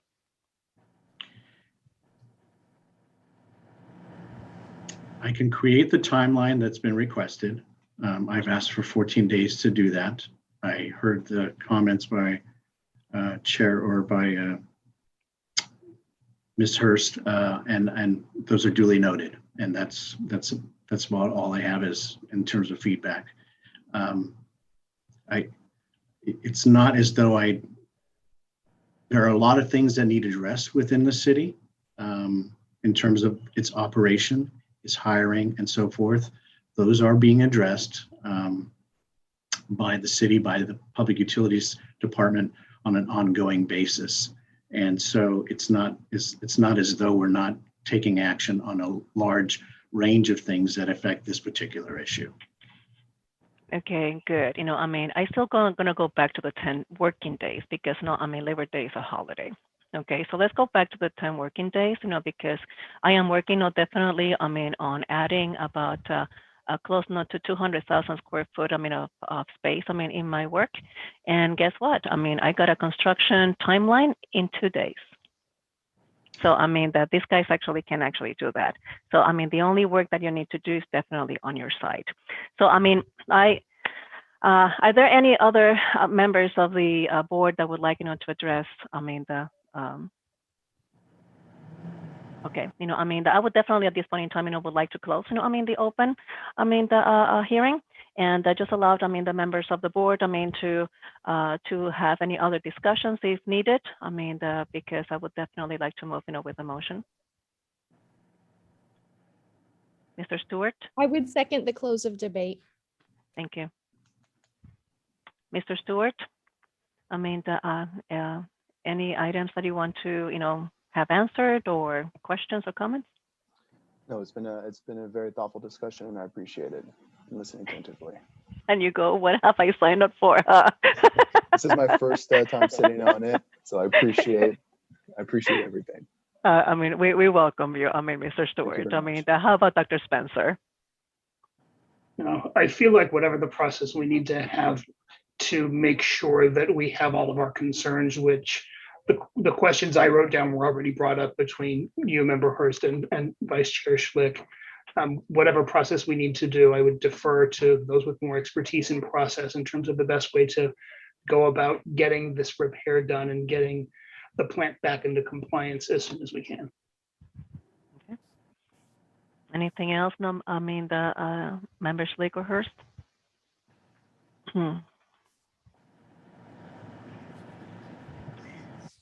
Okay, well, if that is the case, I mean, my motion is, I mean, to grant petition, I mean, or this, for the stipulated abatement order, I mean, with two revisions, I mean, to the conditions.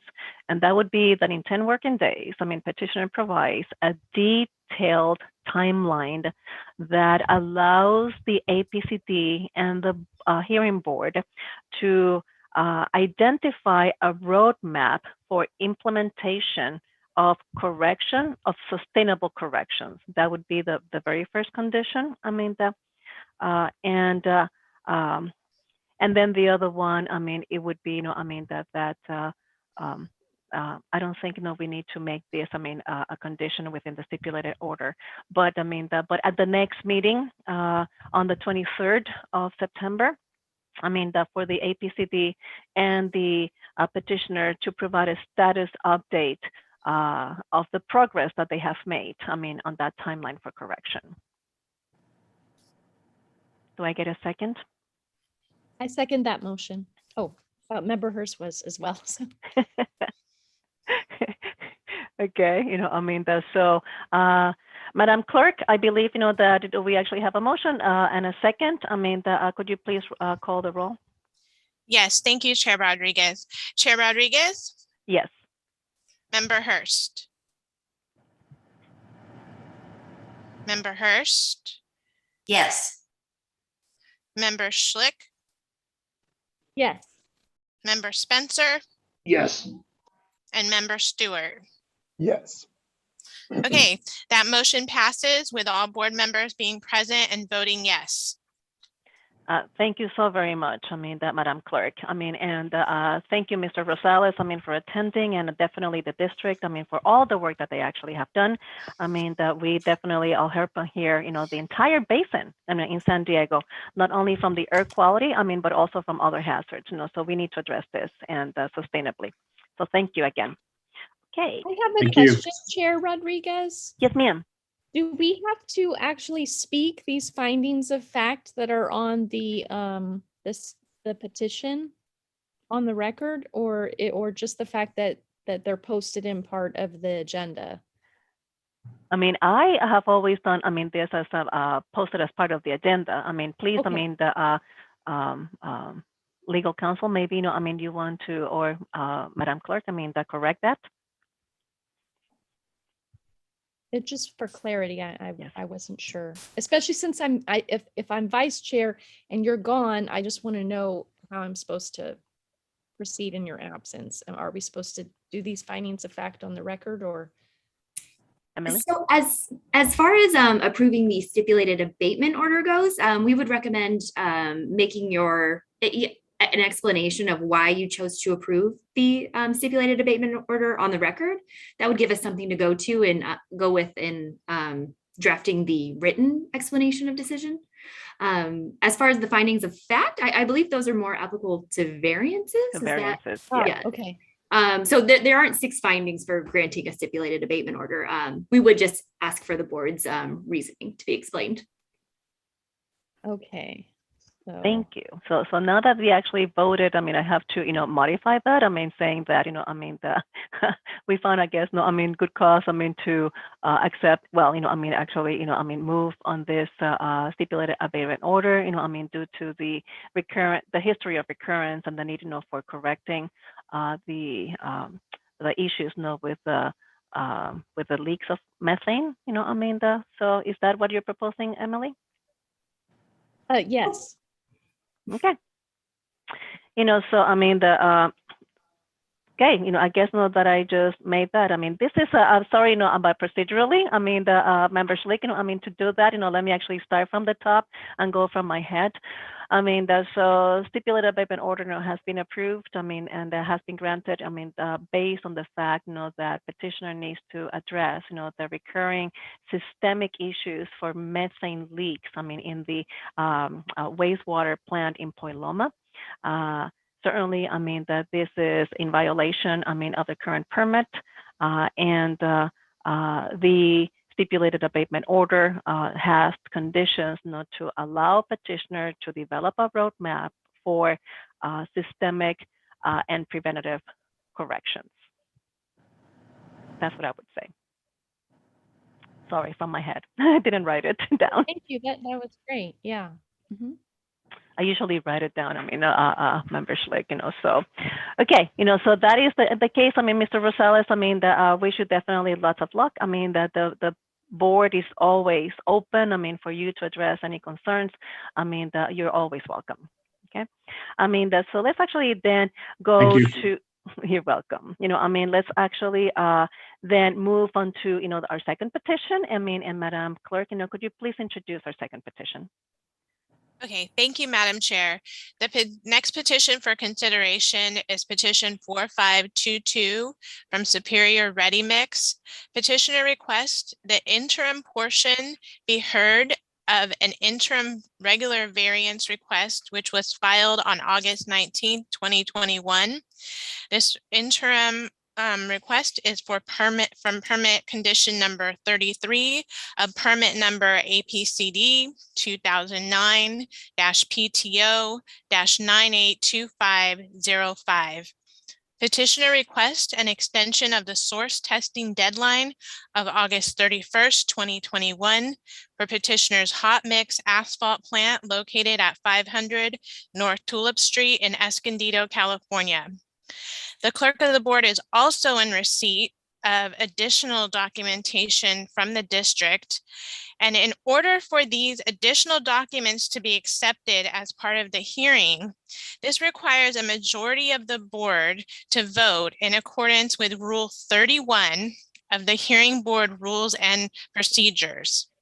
So per Rule 31 regarding submitted material, an applicant, the district, or member of the public, except for during an emergency variance, has 7 days prior to the hearing board meeting to supply written information to the clerk of the board.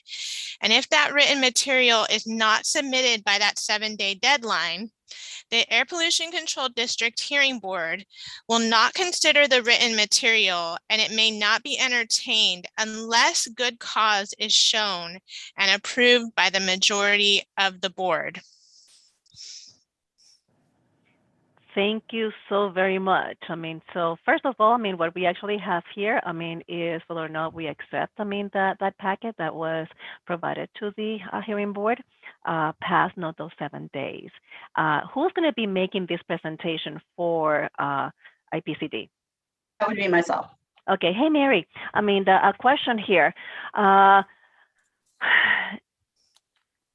you speak to the to these findings and I mean and to us without the use of the new material that you're suggesting to be accepted?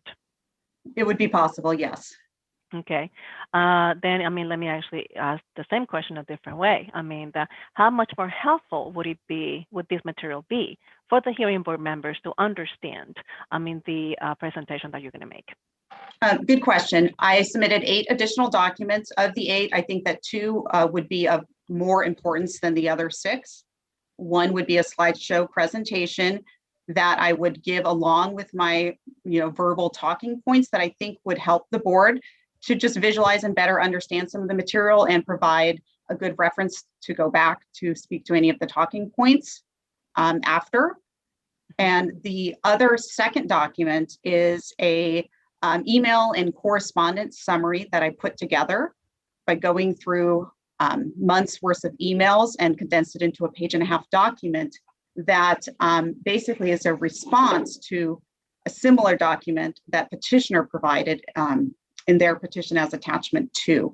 And some of the information in my summary contradicts what's in petitioner's supplemental summary of emails.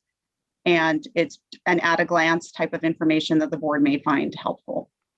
And then the obvious question, why couldn't you submit this, I mean, within the 7-day time frame? Excellent question. So the petition was filed on August 19th, a Thursday, and the cutoff for me to be able to provide the board with any written materials was the day prior.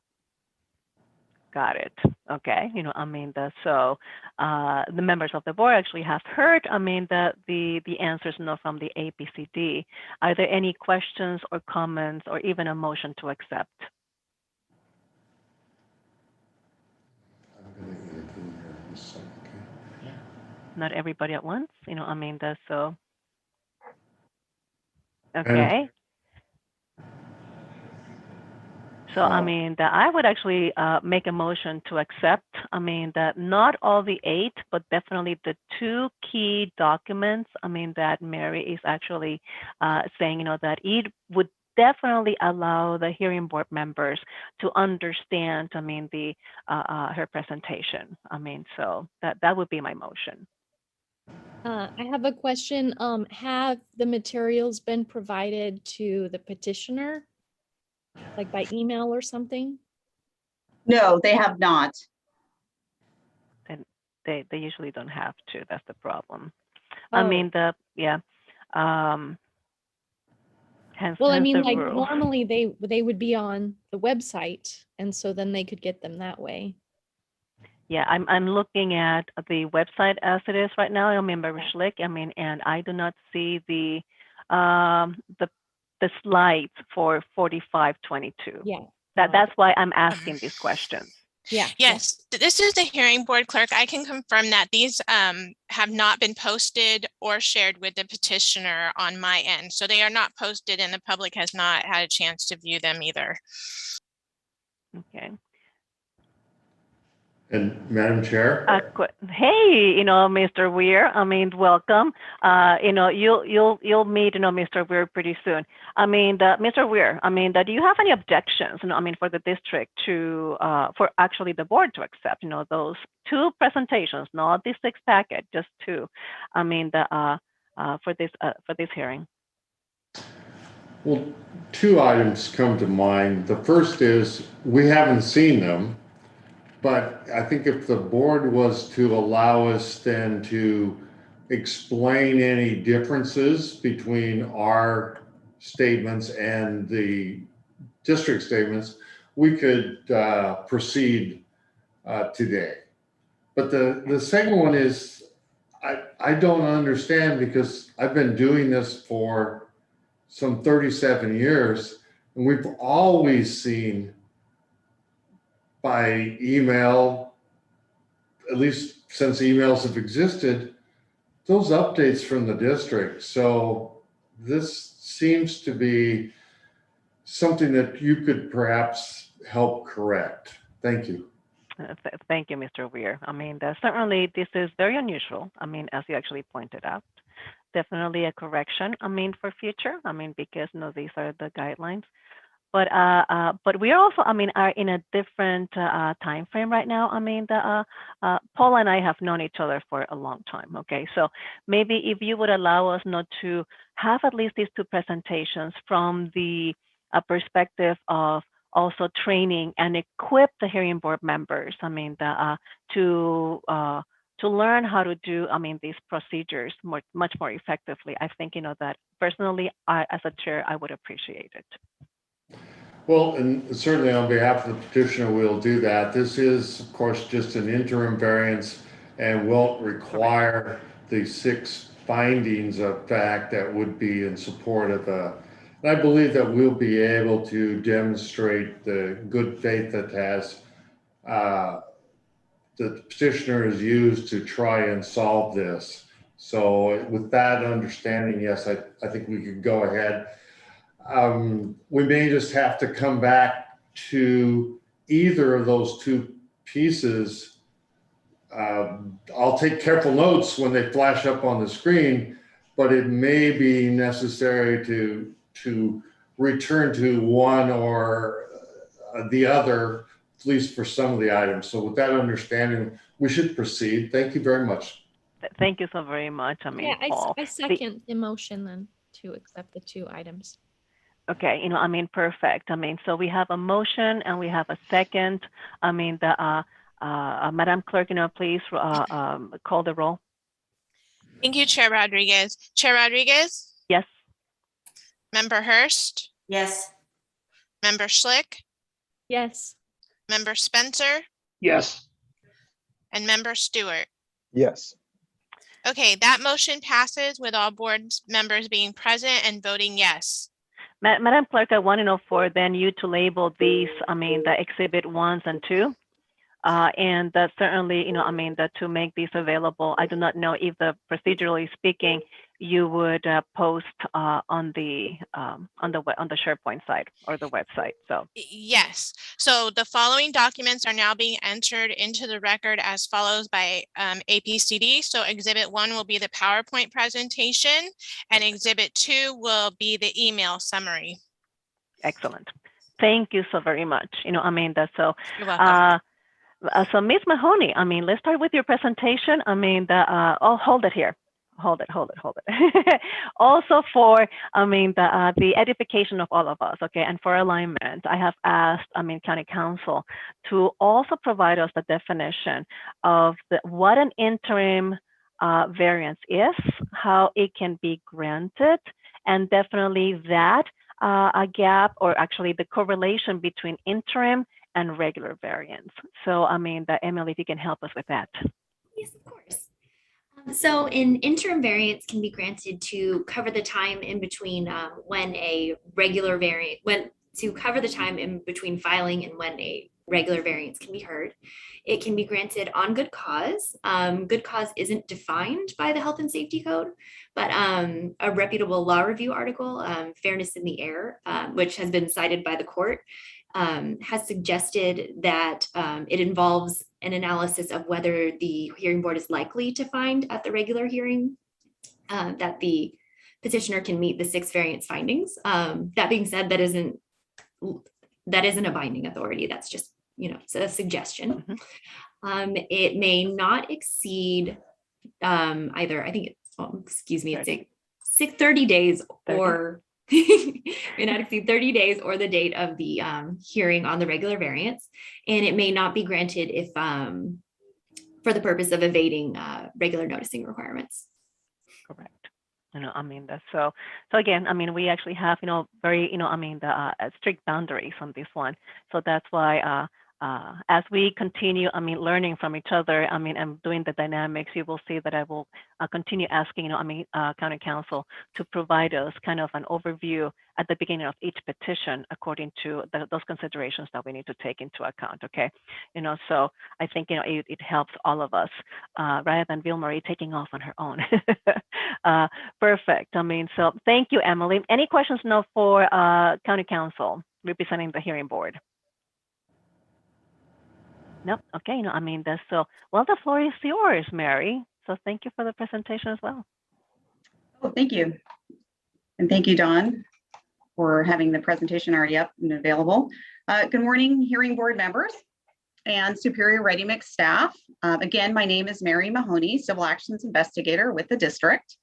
I will be providing a summary timeline of key events and detailing for the board the district's position on petitioner's request for an interim variance. The board is required to make a finding of good cause to grant an interim variance, and this generally includes assessing whether findings A through F on the variance application filed by petitioner can all be met in order to grant the regular variance at a near future hearing date. An interim variance, if granted, can temporarily relieve petitioner of enforcement action until the board can hear the request for regular variance. Petitioner filed for this combined interim regular variance on Thursday, August 19th, 2021. The district did not have an opportunity to present a written position paper to the board prior to today's hearing date, as the noticing deadline to submit a district position paper was August 18th. The day prior to variance filing. However, the district, including a member of the district's source testing group, are available to answer any questions or clarify information for the board today. Slide 2, please, Dawn.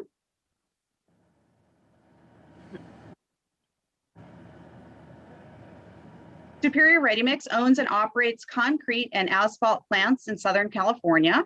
In San Diego County, Superior Ready Mix has 9 concrete plants, 5 quarries, and 2 asphalt plants.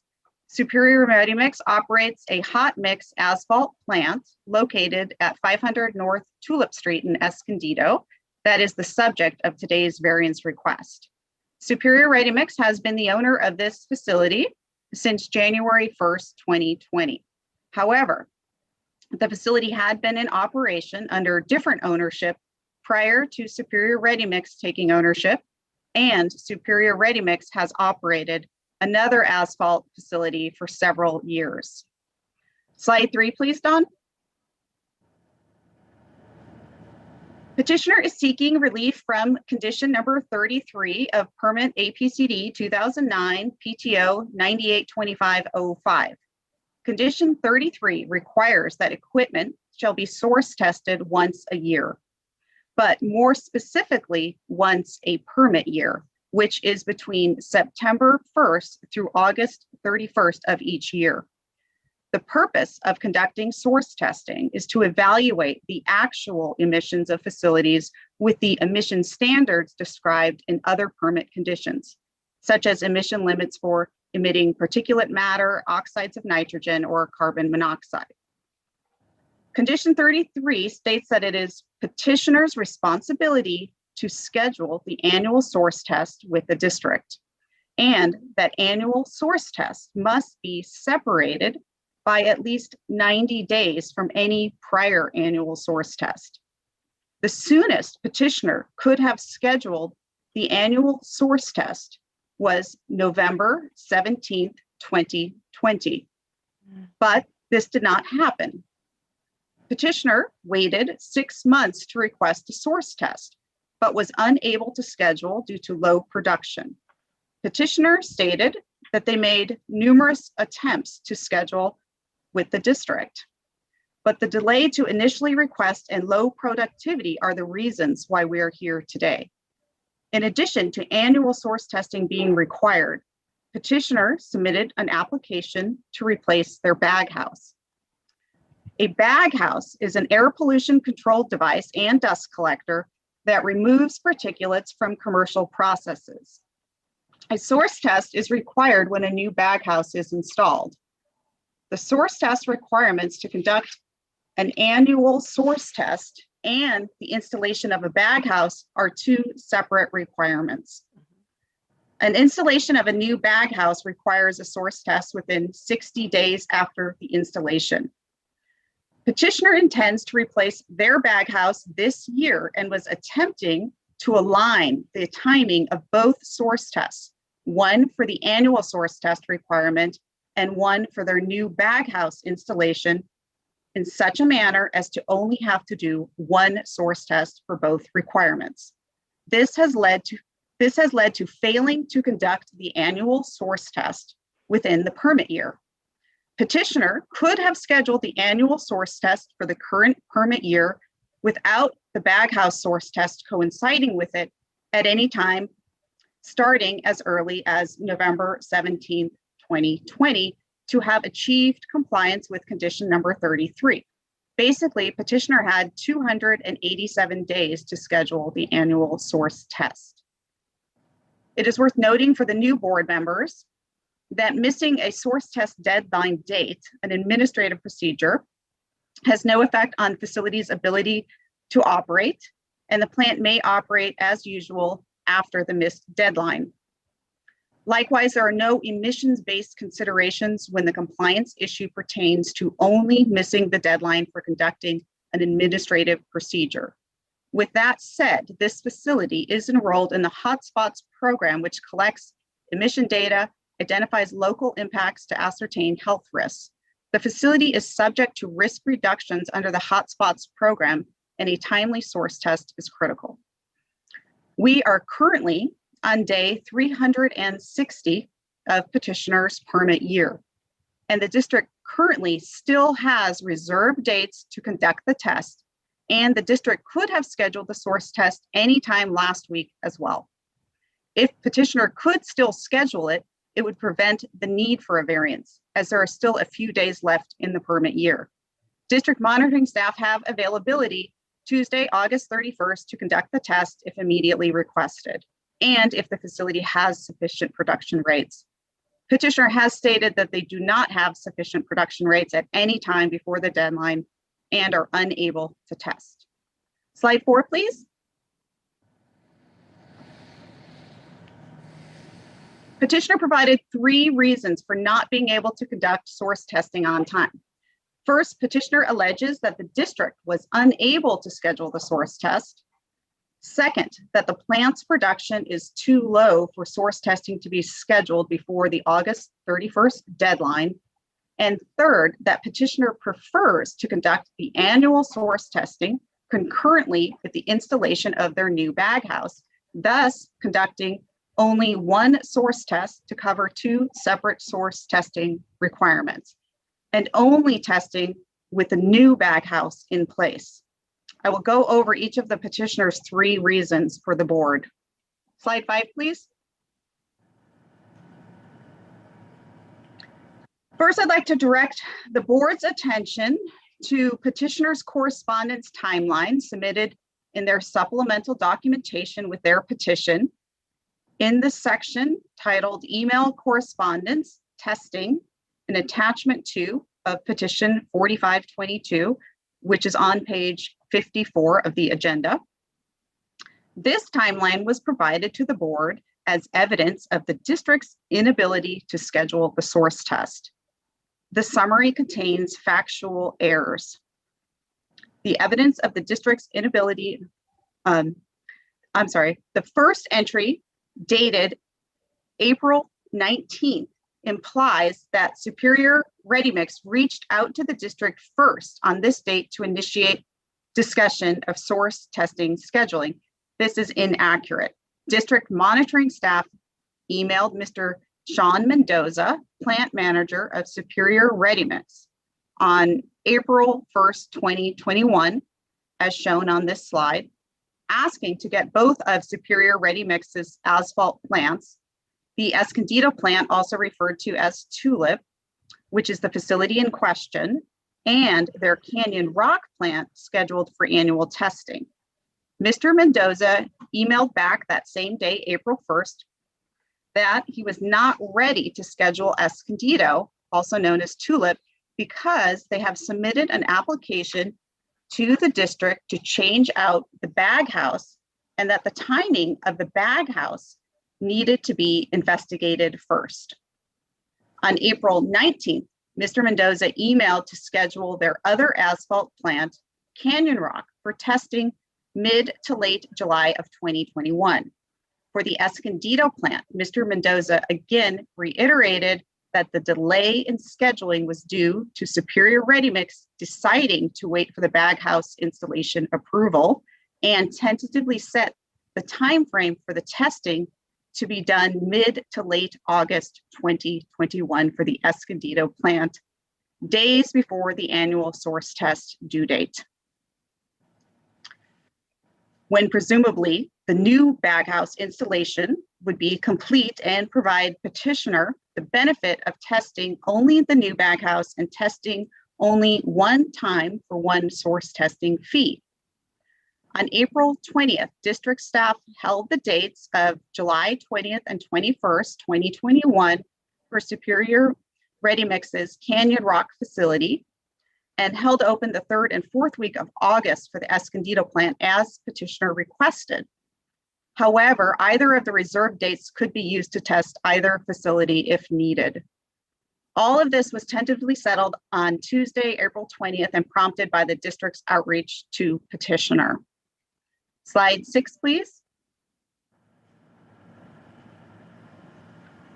On April 29th, Mr. Mendoza emailed the district asking for clarification about the latest possible date to test the Escondido facility, stating that he was trying to decide if they should schedule the test sooner in case there was a delay in obtaining the bag house before the annual source test deadline of August 31st for Escondido.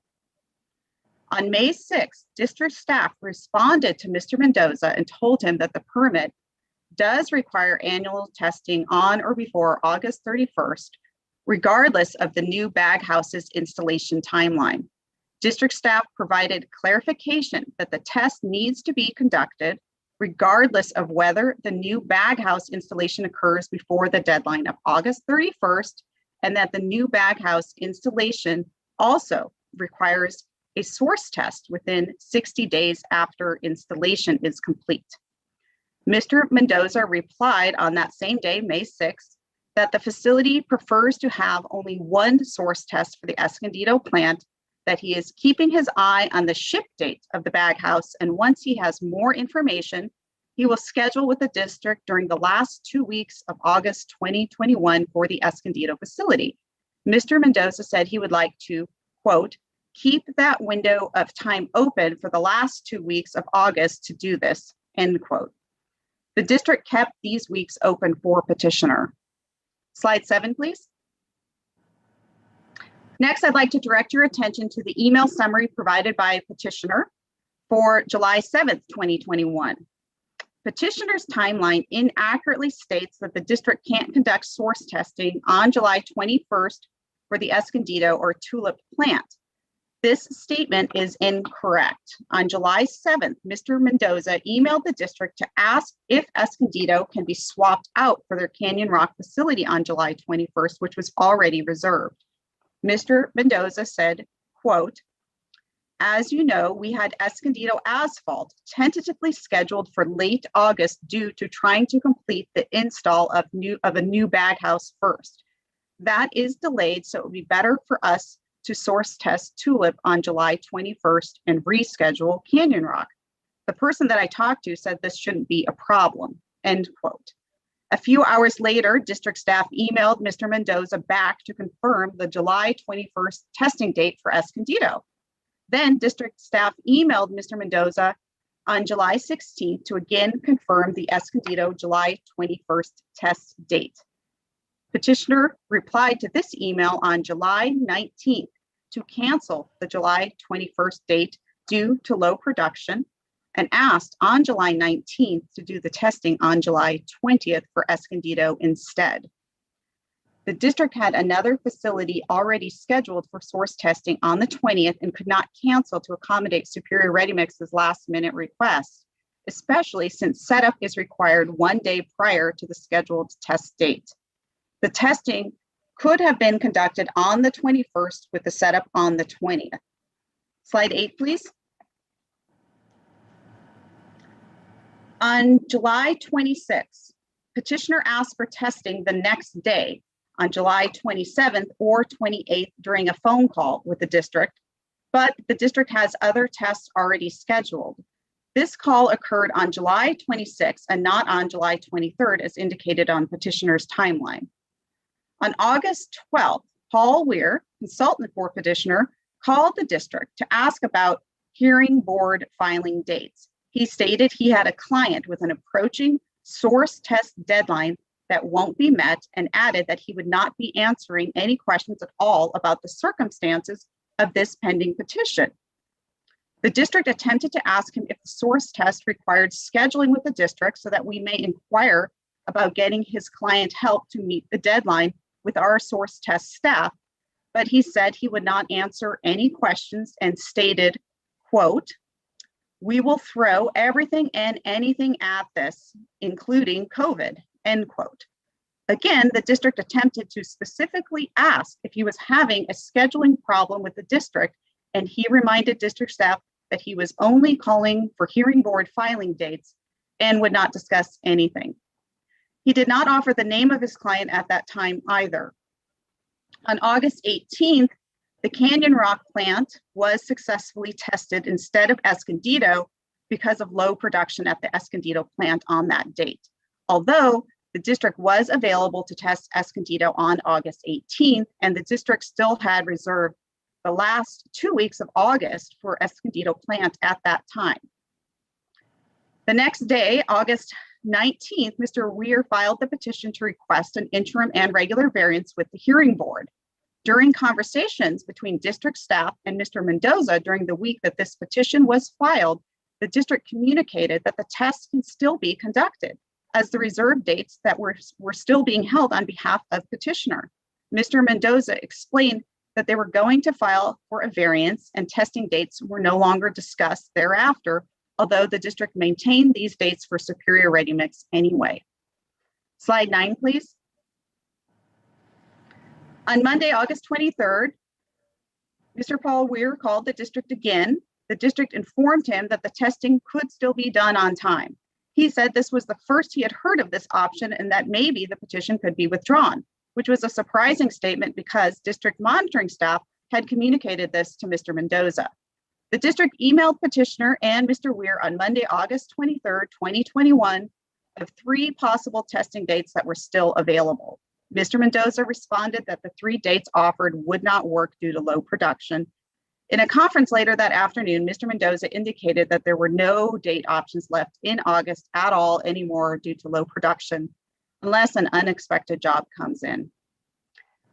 The history of the scheduling of the source tests between the district and petitioner does not support that the district is a reason for petitioner's inability to conduct the source testing on time. Petitioner could have initiated the testing much earlier. Slide 10, please.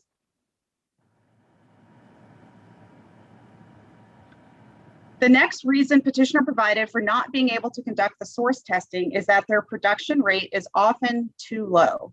They need to be at approximately 80% of their production rate to conduct the testing, although testing has been conducted at a lower rate in August of 2020 when they had their first annual source test conducted.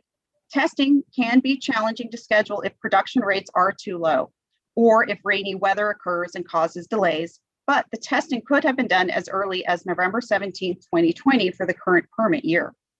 Petitioner made a business decision and chose to try to align the testing with the other source testing requirements as preference.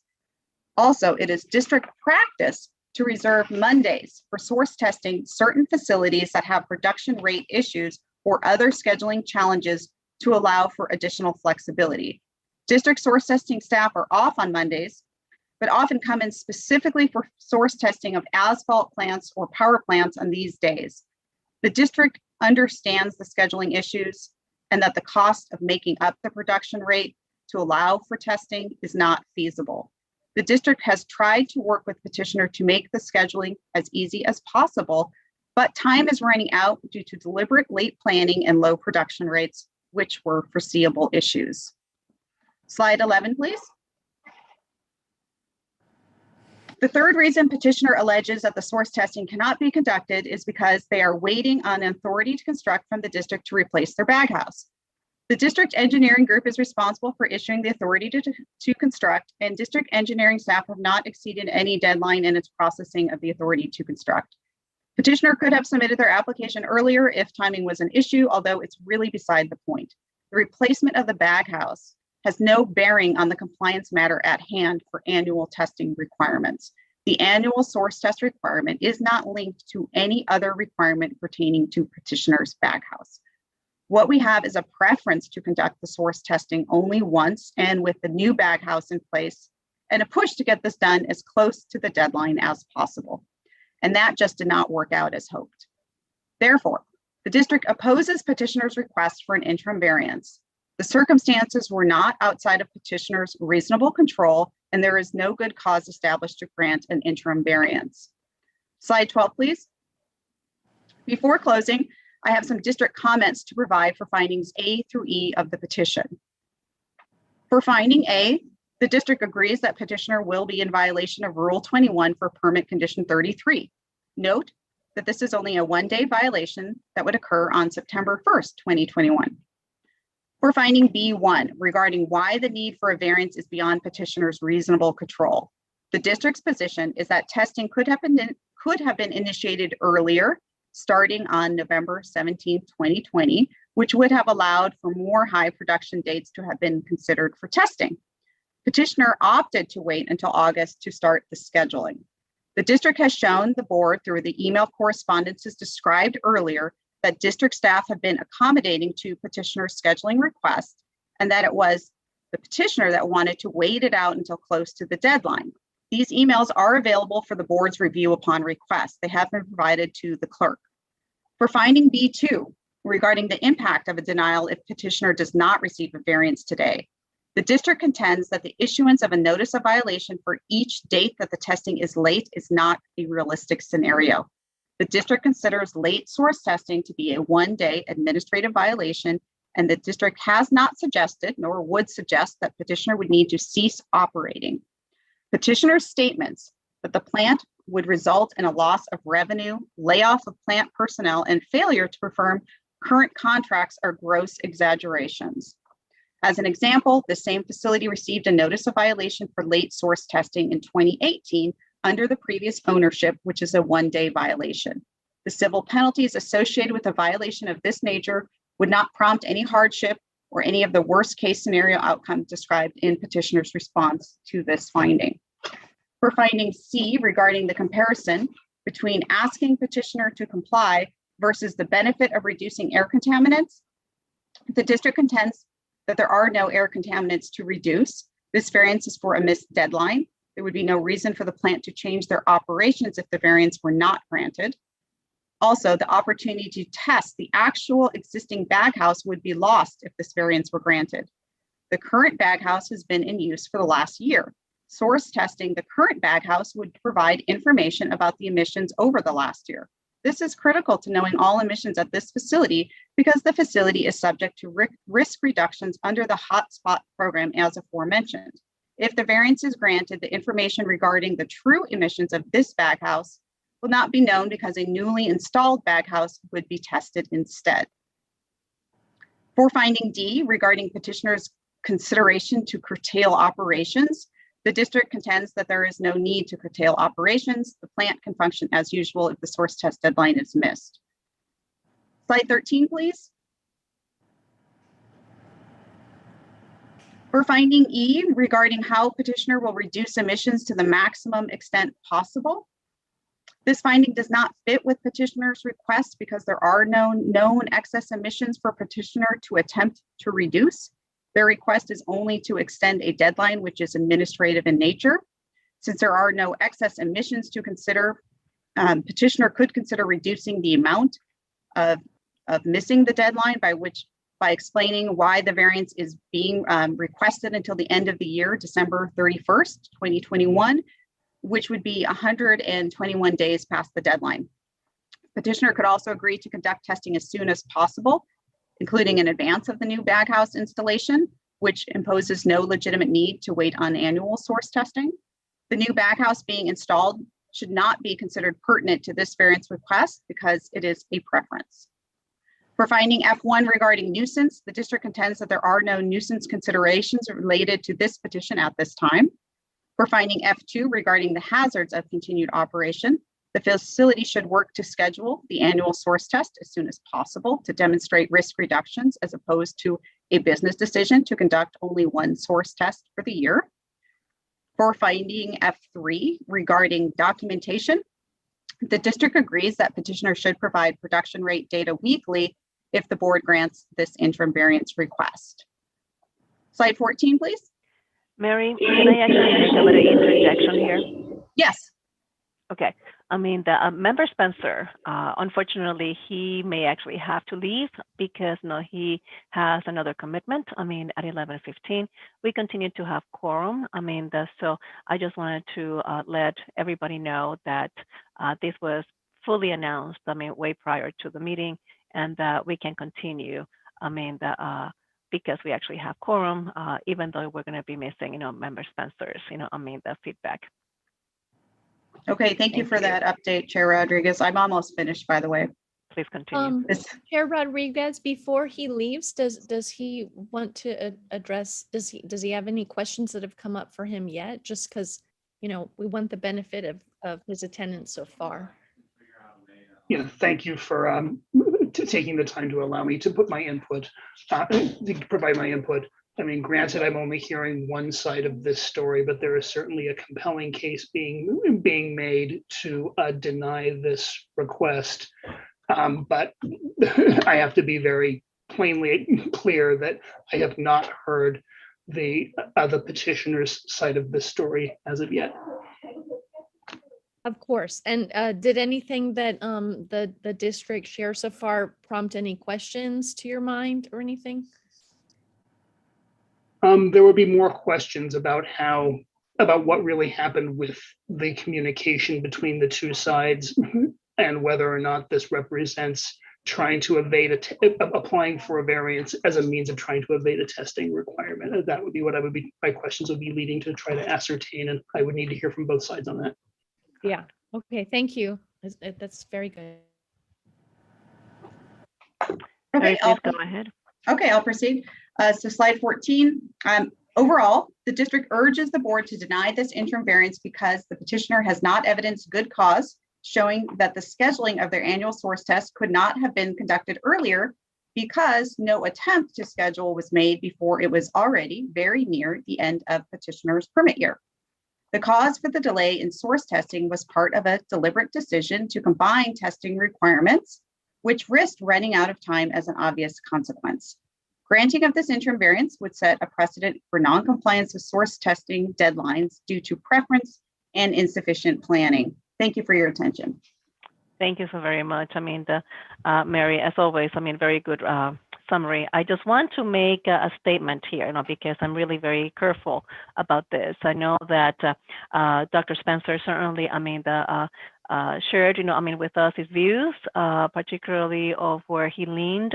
I definitely advise every single member of the board, to make sure though that we hear both sides and that we are impartial in our issuance, of a decision at the end.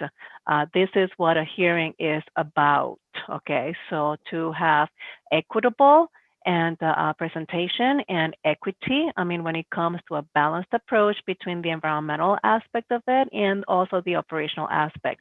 That is in the health safety code, and I know that we will be trained and retrained on these aspects. So I know that, this is only one member's view on a partial presentation. So, the rest of the members, please are highly encouraged, to keep, an impartial approach to the rest of this hearing, okay?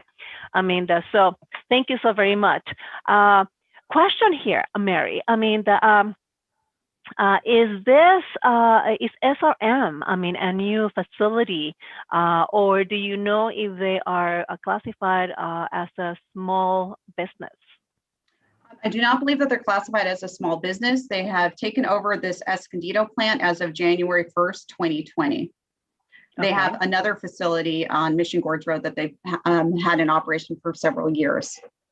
Okay, it is not unreasonable to infer, that petitioner should have had experience, with regards to the APCD rules and the source test.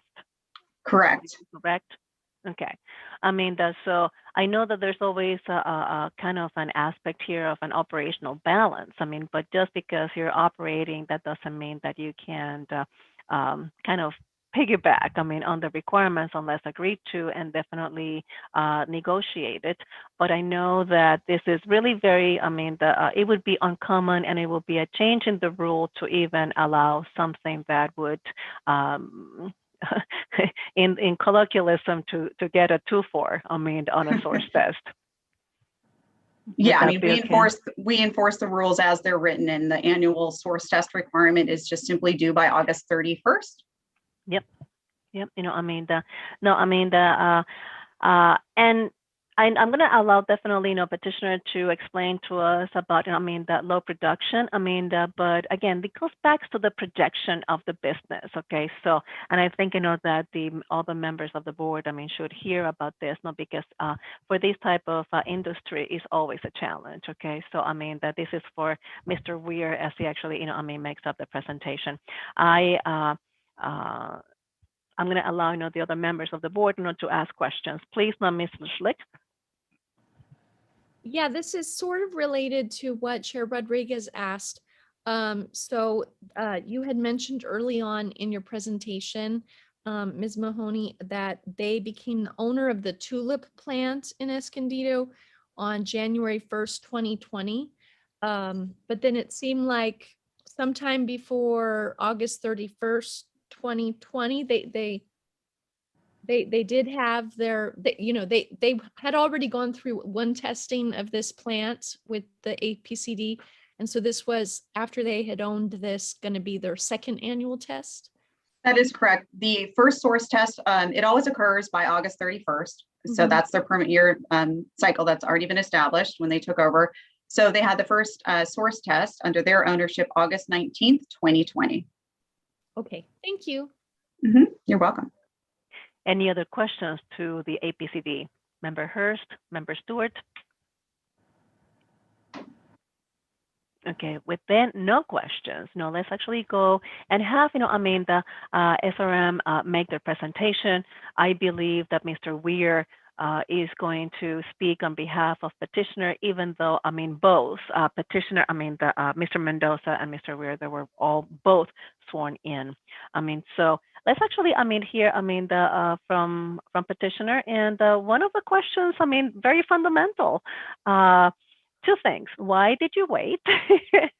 And second, why did you think, that you could have that 2-4 that I referred to in a colloquial basis?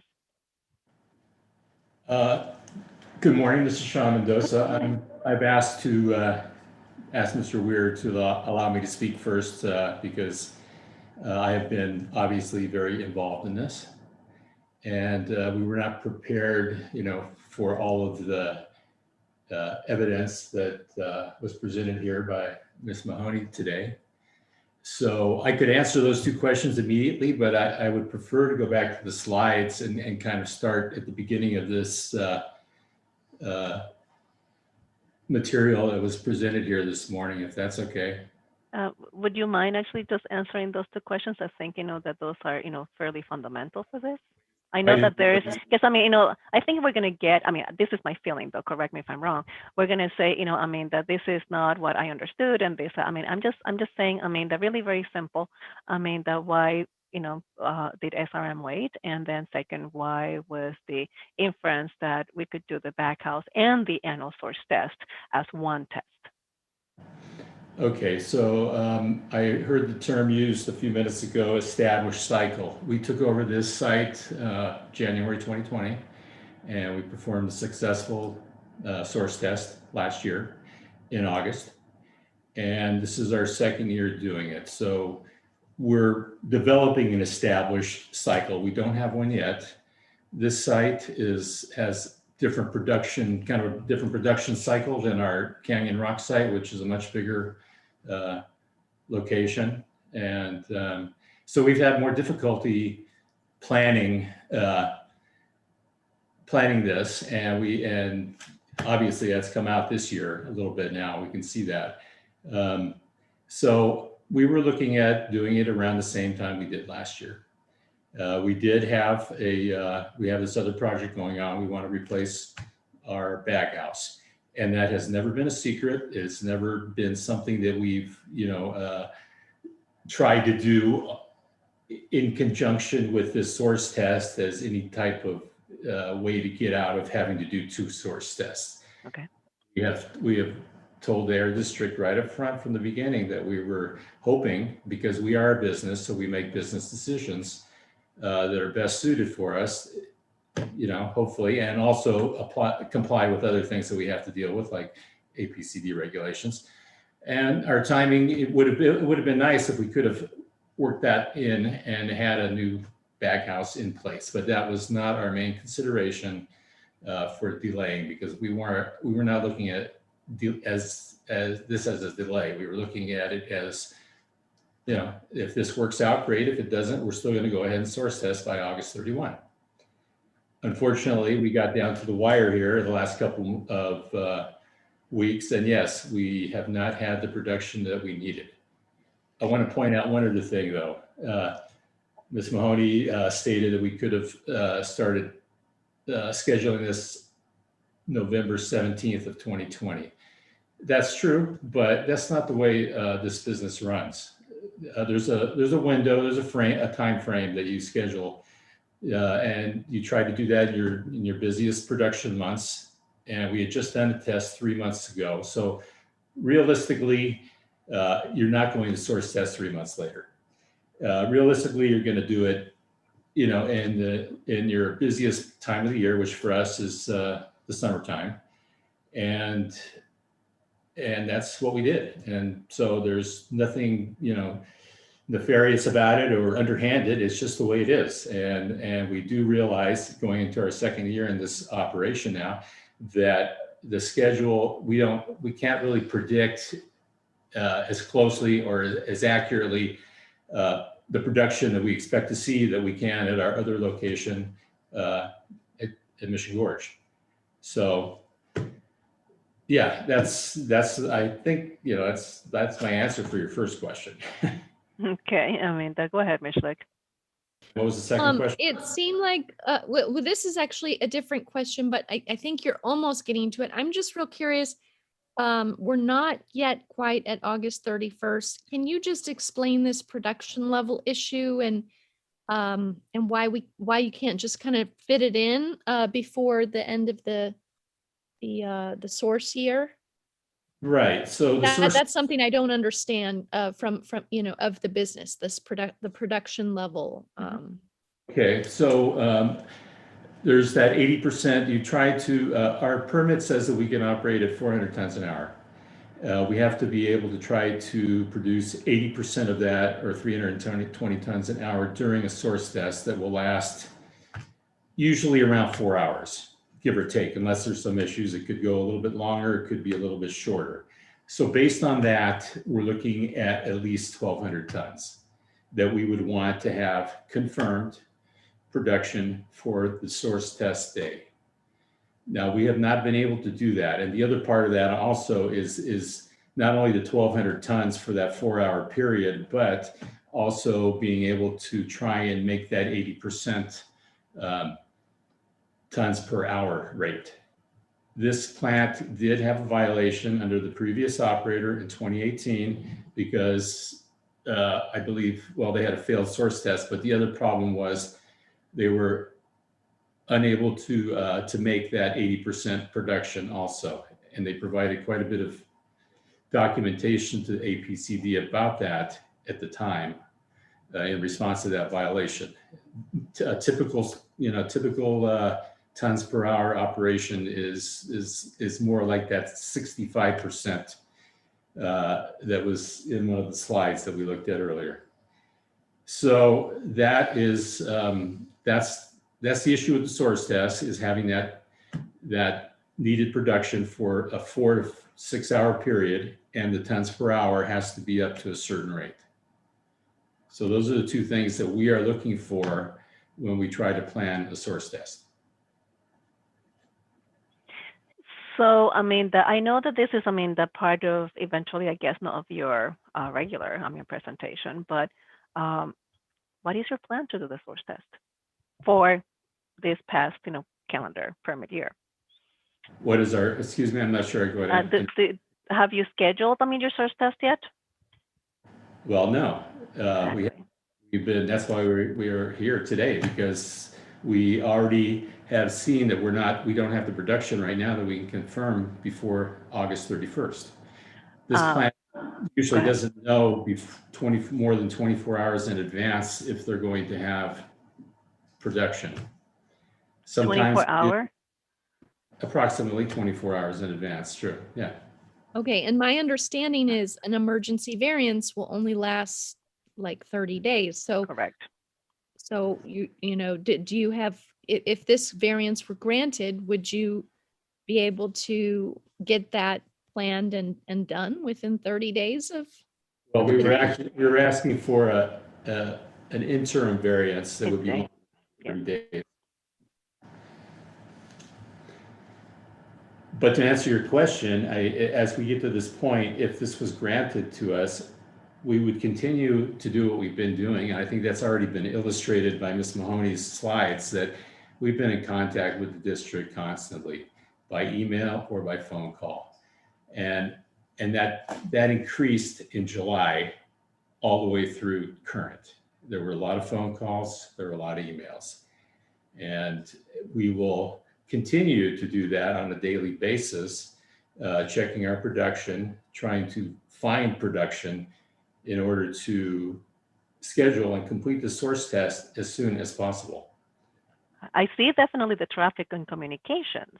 I, however, do not believe that the communications were clear, because the changing from one site to the other, it's not exactly the same as just the volume in communication. So, I need to actually focus on the communications, not for the a plant, that is, we're looking at, here right now. So, yes, are there any other members of the board who would like, to ask questions right now before we allow, Mr. Weir to address, the board? Ms. Hurst. I have just a sort of point of information question, probably to you, Chair. I am not clear as to whether or not an interim variance can come with a stipulated amount of time that is more flexible than other variants, like a regular variance or an emergency variance. My understanding is that an interim is up to 90 days. Is that correct? Emily? I know that the interims cannot be repeated. We look at interim variance, to do, the 30 days. Could an interim be extended? Yes, it can be extended. But this is the period actually that we look at, from the get-go, the 30 days, okay? So right, because that's my concern. If an interim cannot be repeated, that's why they're coming back to the regular. Where are we gathering the notion that there's a good probability that this test will be completed in 30 days, given the difficulty that Mr. Mendoza has been having during the summer with bringing his production up to a level where testing could be done? Yeah, so let's actually go back. So the interim is just for good cause. With a provision, not on the health and safety code, but on practice, more so than anything else, that we're going to be able to make the 6 findings in the next scheduled meeting, which is a 30-day noticing. So it's about a month from now. For the regular variance, that could last up to 12 months on a regular basis, even though it can be extended, but that is very carefully crafted. So, eventually, and I hopefully I'm answering your question, what we're looking at right now is that bridge, that gets, the petitioner that it is unlikely that they're going to come into compliance, for those 30 days, so that could cause, but then, to bridge to the regular variance, which could be up to a year. So that's why we're looking at, I'm trying to get good cause. Do they really need the regular variance, for example? Have they looked at some positions within their operations, that right now by their testimony, they actually say that, this is going to be really very difficult, and to establish again the need, because the board order says that the right now, petitioner is not under, he's not out of compliance, but will be out of compliance. So those are the things that we actually look, and that's how those board orders are kind of crafted. So so we're looking at the will be, yes, definitely between now and the 31st is almost impossible for petitioner. And within now, so they need to know that interim, because on the 31st there definitely will be out of compliance. So to continue on that one for the regular. Chair Rodriguez, if I might interject. So an interim variance, it may last up to 90 days or the date. Oh, thank you. Hearing. So thank you, Emily. That's so, thanks for the cheat sheet on that one. Okay, so good. Another procedural question for Emily or for yourself, Chair Rodriguez. So if the interim were granted for good cause, but then if for some reason at the regular hearing it would be denied.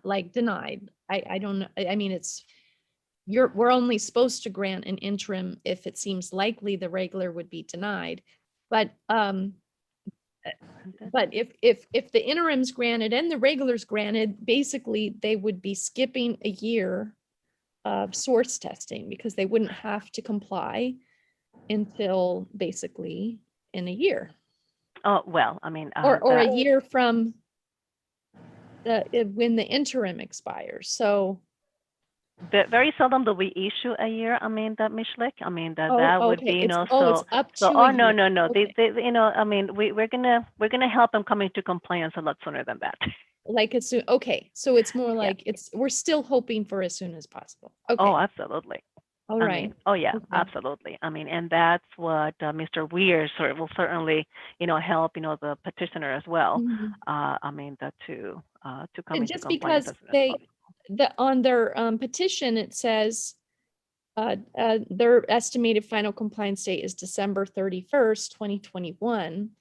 But then I was like, but if if the summer is the highest production time, is that really feasible for them to get in compliance in the 90 days of an interim? Yeah, So, and anyway. that, yeah, I mean, All that right, definitely, okay. because that was my question as well, you know, because now comes now the wet months, you know, I mean, and then production and things of that nature. But you know what, the burden of proof is, I mean, and the management is to petitioner, as you well know. I mean, so we're going to allow petitioner to definitely work on that and let us know. Thank you so much for answering those procedural questions. No, you know, I mean, thank you. We always don't go through those. I mean, that just to make sure that we're in alignment, you know, I mean, we actually do it properly. I mean, so Mr. Mendoza or Mr. Weir, though, I mean, that's so again, going back, you know, to that good cause, I mean, with the provision that we can make the 6 findings. I mean, I know that Mr. Weir will let us know the number of, I guess, I mean, the presentations that he has made to the board, because I'm looking for that number right now, Paul. I mean, before you make the presentation. Well, thank you for remembering it. This would be my 243rd appearance before boards in Southern California and 196 before the San Diego hearing board. Thank you so much, you know, Paul. I love your counting, you know, so that's why we know him very well. Go ahead, Paul. I mean, if you could definitely, you know, help, you know, your client. I mean, with on the representation here, we can hear. I mean, definitely that there's because you know, your client will be, you know, I mean, in the non-compliance, I mean, pretty soon, and it doesn't seem, you know, that we're going to be able to bridge that gap. I mean, that can you let us know, I mean, your position statement? I know that may be some clarification with the APCD, but I definitely want to get as soon as possible to, you know, whether or not, I mean, the provision of those 6 findings. I mean, so let's address that if we can. Okay, thank you, Madam Chairwoman. I need to mention 2 quick things before we get into the presentation. And these are not to rebut what the district has asserted, but just to really clarify 2 things. That the first one was it was pointed out that we had to postpone a test for a day because we didn't have the production, but the next day we would be able to do so. And that is correct. And we're just simply going to have to assert that 1 day later, that's not an attempt to evade a source test. That's just the reality of, if you have a paving project by an independent contractor, he has to be prepared the site to actually do that paving. And if it turns out that he's delayed a day, that's something that is outside the reasonable control of petitioner. So we had a test date in July. It had to be moved back 1 day because there was not the production. That actual production occurred the next day in the schedule, but the district wasn't available. So again, there seemed to be a characterization that we were trying to evade the source test requirement by somehow canceling this production for the day, when all we're doing is just simply monitoring the day-to-day business of the company and producing what hot mix asphalt, of course, is a very perishable product. It goes into a silo and it needs to be placed down that same day. You can't make it 6 or 7 days in advance and keep it ready to go. So that was one thing that caused me some heartburn about the district's position and their presentation. The second one, the district seems to be saying that there's an issue about risk reduction that's going to be satisfied with this source test. Okay. The 3 things that will be source tested are the amount of particulate matter, both in grain loading in pounds an hour or pounds a day of emissions, the concentration of oxides of nitrogen and carbon monoxide from the stack exhaust. None of those 3, and I can assure you this because I've been doing health risk assessments for over 15 years. None of those 3 tests have any bearing at all about risk reduction. Those are just simply compliance with district standards, and to try and conflate those with the offsite impact for risk reduction is simply not the purpose of this test, nor could any data from that test be in any way affect the risk reduction that the site is responsible for. So I was puzzled by those 2 items. So unless there's questions about those 2 items from any members of the board, then I'll just real briefly walk the board through the status and the current situation we find ourselves in. I just have to make a comment, Paul, because even though it is true, that that the data does not even get you, the risk reduction, but definitely it provides you a current condition. Meaning though, that if they have excursions, it is not unreasonable to infer that that excursion could have happened on many days prior to. So, again, and if it would have been discovered beforehand, then definitely your client will have had the ability, to have corrected it earlier. Or it could have definitely be an excursion of that day, but that is the modeling that has been accepted. And the testing that has been accepted. So we can definitely go and dissect what risk reduction is here, but I don't think we actually have the time, not it is the forum here. We can actually talk about talks, that is one of my favorite subjects in the whole wide world. But I just needed to make a little statement here. Again, it's also training and understanding and congealing, of the new board members, but I hear you. I just, has a little bit of a notch on that one. So please go ahead with your presentation. Thank you. Welcome. What the only issue is that we're facing is we don't want to be in violation of any permit condition, even a one-time violation. That's just something that Superior just doesn't ever want to be in that situation. So starting back in the spring, planning was made for a source test. Initial dates were set up. Some flexibility was tried to be built into the testing schedule. And it is always tough to schedule a test then in the middle of the summer. That meets the district's criteria of both the 80% desired production and the total tons that it takes to produce a test.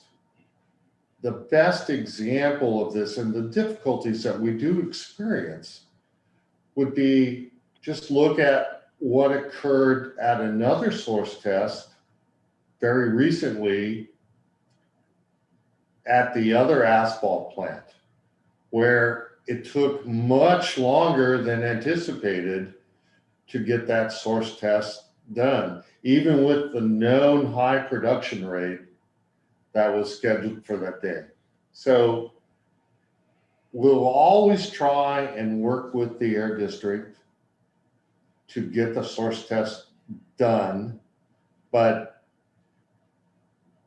as district staff presented, I'll be bringing up lots of things, including COVID. Was previously difficult to schedule that. I'm not sure when the district has actually been in the office doing all the things, but certainly even Superior's ability to plan has been affected until California reopened. So, I mean, so can we actually go, definitely, we know that, I would like, to go through the findings, not rather quickly. I mean, because definitely, it's just a good cause, with the provision that we can make those findings. We know that you will be in violation. I mean, for not complying with the source test, for the prior or soon to be prior permit year. Okay. I mean, there's the economic, the fundamental aspects, of this. If you were not granted this variance, what would be the impact, to the company, your petitioner? Although we did hear the district say that this would be a one-day single occurrence violation and that we wouldn't be found in violation for each ongoing day. And whereas that is comforting, we would still completely prefer not to be in violation at all. And again, as we go through the rest of the findings, we think we can show this is beyond our reasonable control, and it is definitely our stated preference not to be found in violation by the Air District. The Air District can't waive that administrative requirement, but there is a variance procedure for then not getting a notice of violation. And that's simply what we're doing here. We're not trying to postpone the need for a test. We'll continue to try and schedule the district. Again, called the other day. We thought we perhaps even had a test date. Sean Mendoza will be able to talk a little bit more about that, the specifics. We're certainly, as we indicated in the petition, we're certainly willing to go and notify the district anytime that they're available for that. So it is just a one-day violation, but it is definitely our preference not to be in violation. Okay, I gather that, and I'm saying, so it is good to go back, to the, I think we've heard this, 4 times now, and I appreciate certainly you representing your client, and certainly your position statement, on behalf of your client, that you prefer not to be in violation. But certainly, the test, the source test will not be done. So I know that, this is why you actually need to know the variance. So, but let's go back to the findings. Okay, so, your petitioner will be in violation. Okay. Again, unreasonable control. Why was this beyond the reasonable control, of your petitioner? Was it a misunderstanding? Was it like a production? Let's get to the nitty-gritty of this. Well, certainly we have proposed test dates, and the plant has had to delay 1 day of operation for that test date, and that resulted in the district not being available. The district has proposed test dates when we don't have the production to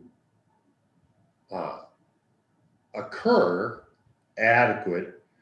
And if we have that time in the month of September, we will be able to, unless the district is not available for testing, we'll be able to get that testing done. So we're not trying to evade that. Now, there's one other point to be made here, and that it's going to escape me for a second, but I'll be right there. We have too much gray. Yes, one of the two of us got older. You. I would agree. Okay. The main issue here is we've actually paid the Air District to do this test. In the years previous, under the old ownership, a test was done independently, and the district just had to come out and witness it. That's a very easy thing to accomplish because there's always a source technician, a chemist, or someone available. Okay, Superior made the decision to go ahead and have the air district do the testing. We like that as a way of proving compliance. Those fees were paid, and it's just harder to schedule that when the district is busy doing other things as well. So again, want to emphasize that's why we paid the extra $7,000 so we could have the air district do the testing. And it's not an attempt to evade that test requirement. I apologize. Do you mind if I jump in here? I just have a couple comments, if that's okay. Yeah, please do. I mean, because I'm a little bit confused on those statements before. Go ahead. Yes, because, I think, Mr. Weir's talking about is a one-day reschedule, when in actuality, from November to April, there was no, he didn't hear from the petitioner regarding the source test. And it wasn't until July, a month or so from now, was there, it seemed like a strong effort to try to schedule the source test. So, I mean, you're absolutely, our position is absolutely goes down to the finding. And if the board can potentially make those findings in during the regular, and is this beyond their reasonable control? That's our biggest concern. Also, I think our chief of engineering needs to drop off real quickly, and he's available here to talk about risk reduction. So if it's okay, well, he has a meeting in 8 minutes. So if he could potentially speak to that, I think that'd be worthwhile based on comments made. That's okay. Yeah, I have no problem. So no, let's actually hold that back, because I definitely also have questions. I mean, there's something, does not, the jive on that one. The district, engineer, is it Mr. Mosen? No. Yes. Hi, good afternoon. Hello. Or still morning, I'm sorry. Yeah, I'm Mohsen Nazemi. I'm Chief of Engineering Division at the district. And I just want to make a quick comment regarding the health risk assessment and the allegation that this test has nothing to do with the health risk associated with the operation of the facility. Actually, the reason this facility was required to send out notifications to the community surrounding the operation is because of emissions of nickel, primarily, which is a product combustion from the asphalt operation. And nickel is a heavy metal, and it's typically in the form of particulates that's released. So if the baghouse that is being tested, which supposedly also controls particulates, shows that there are significant emissions, exceedances of particulates, that would also mean that the nickel emissions are actually higher than expected. So therefore, there is a relationship, maybe not direct relationship, because they are, I think Mr. Paul Weir is correct that they are not going to measure actual nickel during this test, but they will be measuring particulates which can contain nickel. Just wanted to clarify that for the board. No, no, definitely. I do appreciate that. Mr. Nassam, because that is my concern. Also it's everything. When you actually grind stainless steel, it's not the stainless, it's a combination of metals. You actually have a carcinogen, which is vanadium. So, yeah, so it relates to that, so, on those elements. So yeah. No, I definitely appreciate that. Any questions from the members of the board, to Mr. Nassam, who needs to drop off as well? Okay. And by the way, I did see that my 12 o'clock got canceled, so I will stay on for a little longer. Don't worry if you don't have a question right away. No, I have a question. Thank you. For staying, because I think definitely you can provide. Very good. Information here from the engineering standpoint. I still, Paul. There's something here that I just don't get. And it's not that I'm dense on this one, but the SRM has different sites. Okay, so it is definitely evidenced by the emails back and forth. When I represent my company, I oftentimes, the schedule campaign, like a manufacturing campaign here because this is what I need to do for either permit applications or for audits and things of that nature. And I kind of reroute my raw materials to a different site. So if the production was low, on this side, which is really very good, by the way, that because, hopefully that will be also proportionally less, emissions, or so we hope. Why couldn't SRM actually reroute their work, to the different side when they are somewhat in the neighborhood of proximity? This is not more than 100 miles away from each other. So maybe I'm missing the point on that one. Why operationally SRM chose not to reroute their operations to meet compliance? The Escondido facility is a much different. It has a production that's oriented much differently than the Mission Gorge facility. So Mission Gorge not only serves independent contractors, but also then the main paving of Superior Ready Mix, their asphalt paving division. Sometimes projects can be several thousand tons of material for a city overlay, for county work, or for a private job. Whereas the Escondido asphalt plant then is a much smaller day-to-day type of production where everything from minor street repairs to putting down 50 tons in a small parking lot that needs to be resurfaced. That's the main purpose of the Escondido facility. So it's very unlikely that materials could be transferred from one to the other. Now, where we are now, though, and knowing we want to get that source test done, it will be possible to get that testing done in the month of September. We just need the dates that the district would be available, and I believe that Compliance Division will give us some dates there. And we will do everything we can then to rearrange that production so that this source test can be done. And just to be clear, this is just a source test, for the current permit year. It has nothing to do with the source test for the bag in, bag out. The operation, bag in, bag out, that's what I'm doing here. So the bag out operation here. Just to be clear, they're not, they're not a 2-4 here. One and distinct and separate. I believe my client can give you that reassurance that yes, if this variance is granted and we can do the source testing in September, that will be the for this compliance year.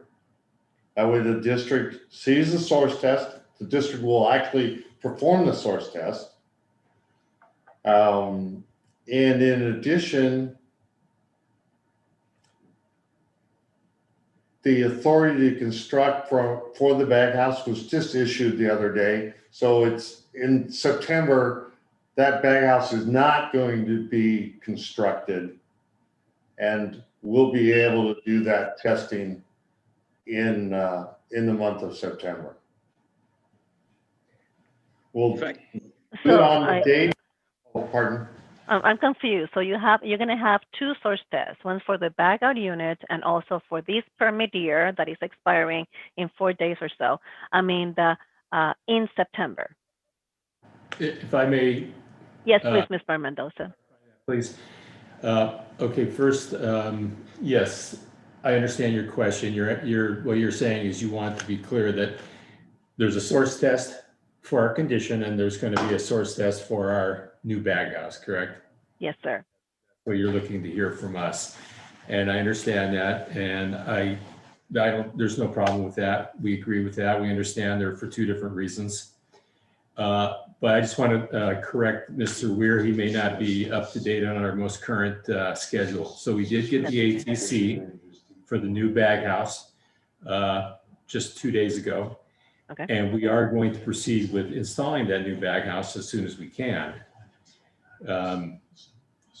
Understanding that the district does not want to, wants to make it clear that there's going to be 2 separate source tests. I guess I need some guidance from the district on how we can schedule that, because we don't want to delay, installing this new bag house, of course, but we also recognize that our number 1 priority is to do the source test. I just want to make sure, however, that there are going to be 2, and the bag house right now is not part of this conversation. That's what I want to hear. Okay, so I mean, we're going to put that aside.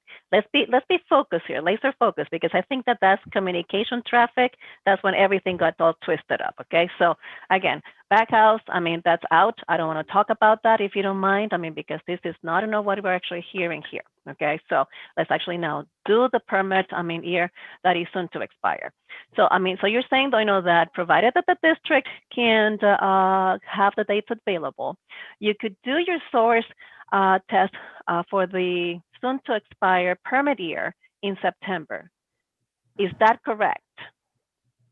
Yes, that is correct. Okay. Was that actually made available to the district? No, that information made available to the district prior to this meeting? Well, I think in the body of the application that we've indicated that we would not make the 31st, and that we would, I don't know if specifically it said that we would have it done in September. I think we asked for the end of the year.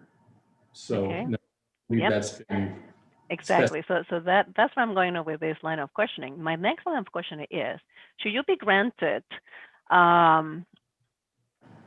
this interim variance, because it seems as though that you can definitely come into compliance, through the interim variance, which is fantastic.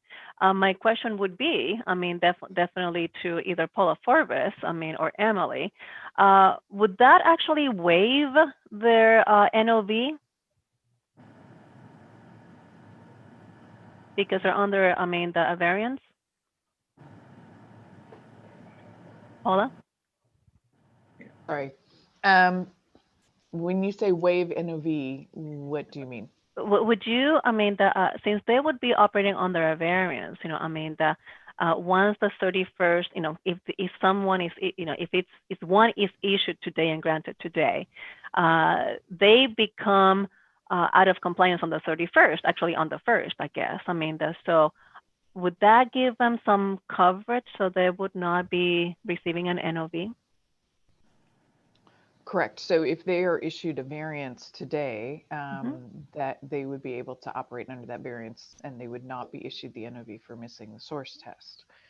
One thing I wanted to clarify, though, was part of what I was hearing in terms of the concerns from the district and the problems with communication was that there were only,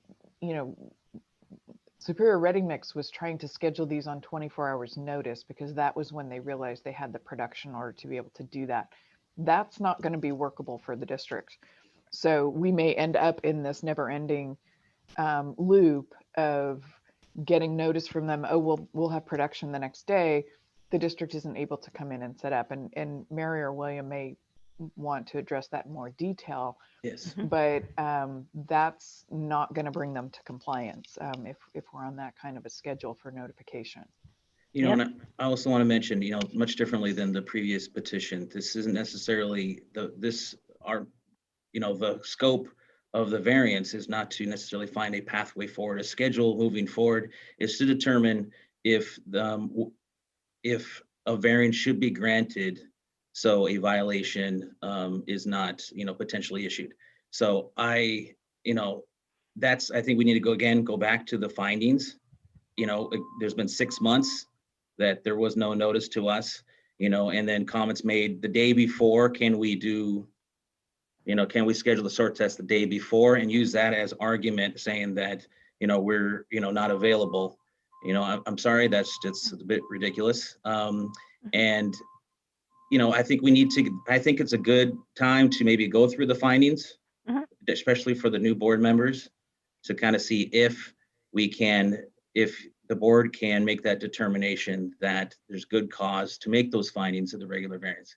Again, our position strongly that we feel that there should not, you know, I think the first and foremost one is that this is not within the reasonable, this is within the reasonable control, you know, yep.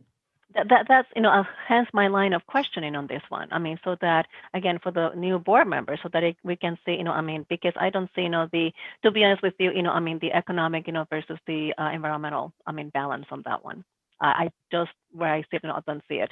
Now, I mean, so beyond the reasonable control, I mean, that's where we actually were. Thank you, I mean, for bringing me back to that. I mean, that William and Paula, petitioner actually indicated, you know, that is because, I mean, the balance between the production schedule and the, you know, availability of the test, I mean, testing crew, I mean, from APCD. I personally, I know what this involved, I mean, and I agree with you. It's absolutely ridiculous, a one-way notice. You know, it's impossible to actually do this. I mobilize everything. But, you know, I mean, let's actually then go, I mean, so if you were not be granted a variance, I mean, would you shut down your place? Would this be a taking of property, an unreasonable taking of property? I'll go ahead and answer that. No, I don't think we would shut down. We would not go to that extreme immediately, no. Okay, you know, I mean, so you would say that, you know, since you would not be granted a variance, you would continue operating. That's what you're telling me. If you granted us a variance, we would continue. No, if you were not granted a variance, would you stop operations? Weir answer that question. It sounds like a legal kind of a question, and I'm not really qualified to respond to that. I believe based on the district's statements, and this was sworn testimony today, that with a one-day notice of violation being issued, then there would be no reason for Superior to shut down.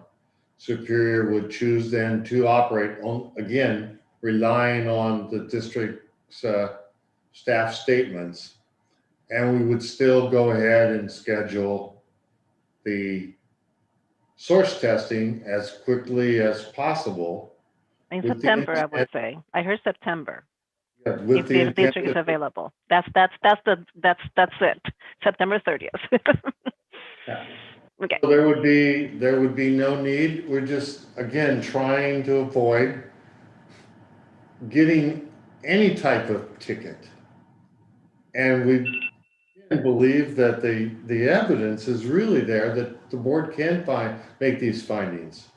You don't schedule source tests in November and December and January for asphalt plants.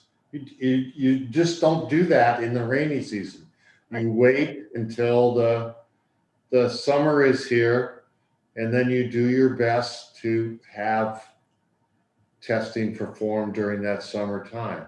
I get it. I mean, but your initial timeline actually took you through December, which actually does not make sense. I mean, for what you're saying, Ms. Hurst, please.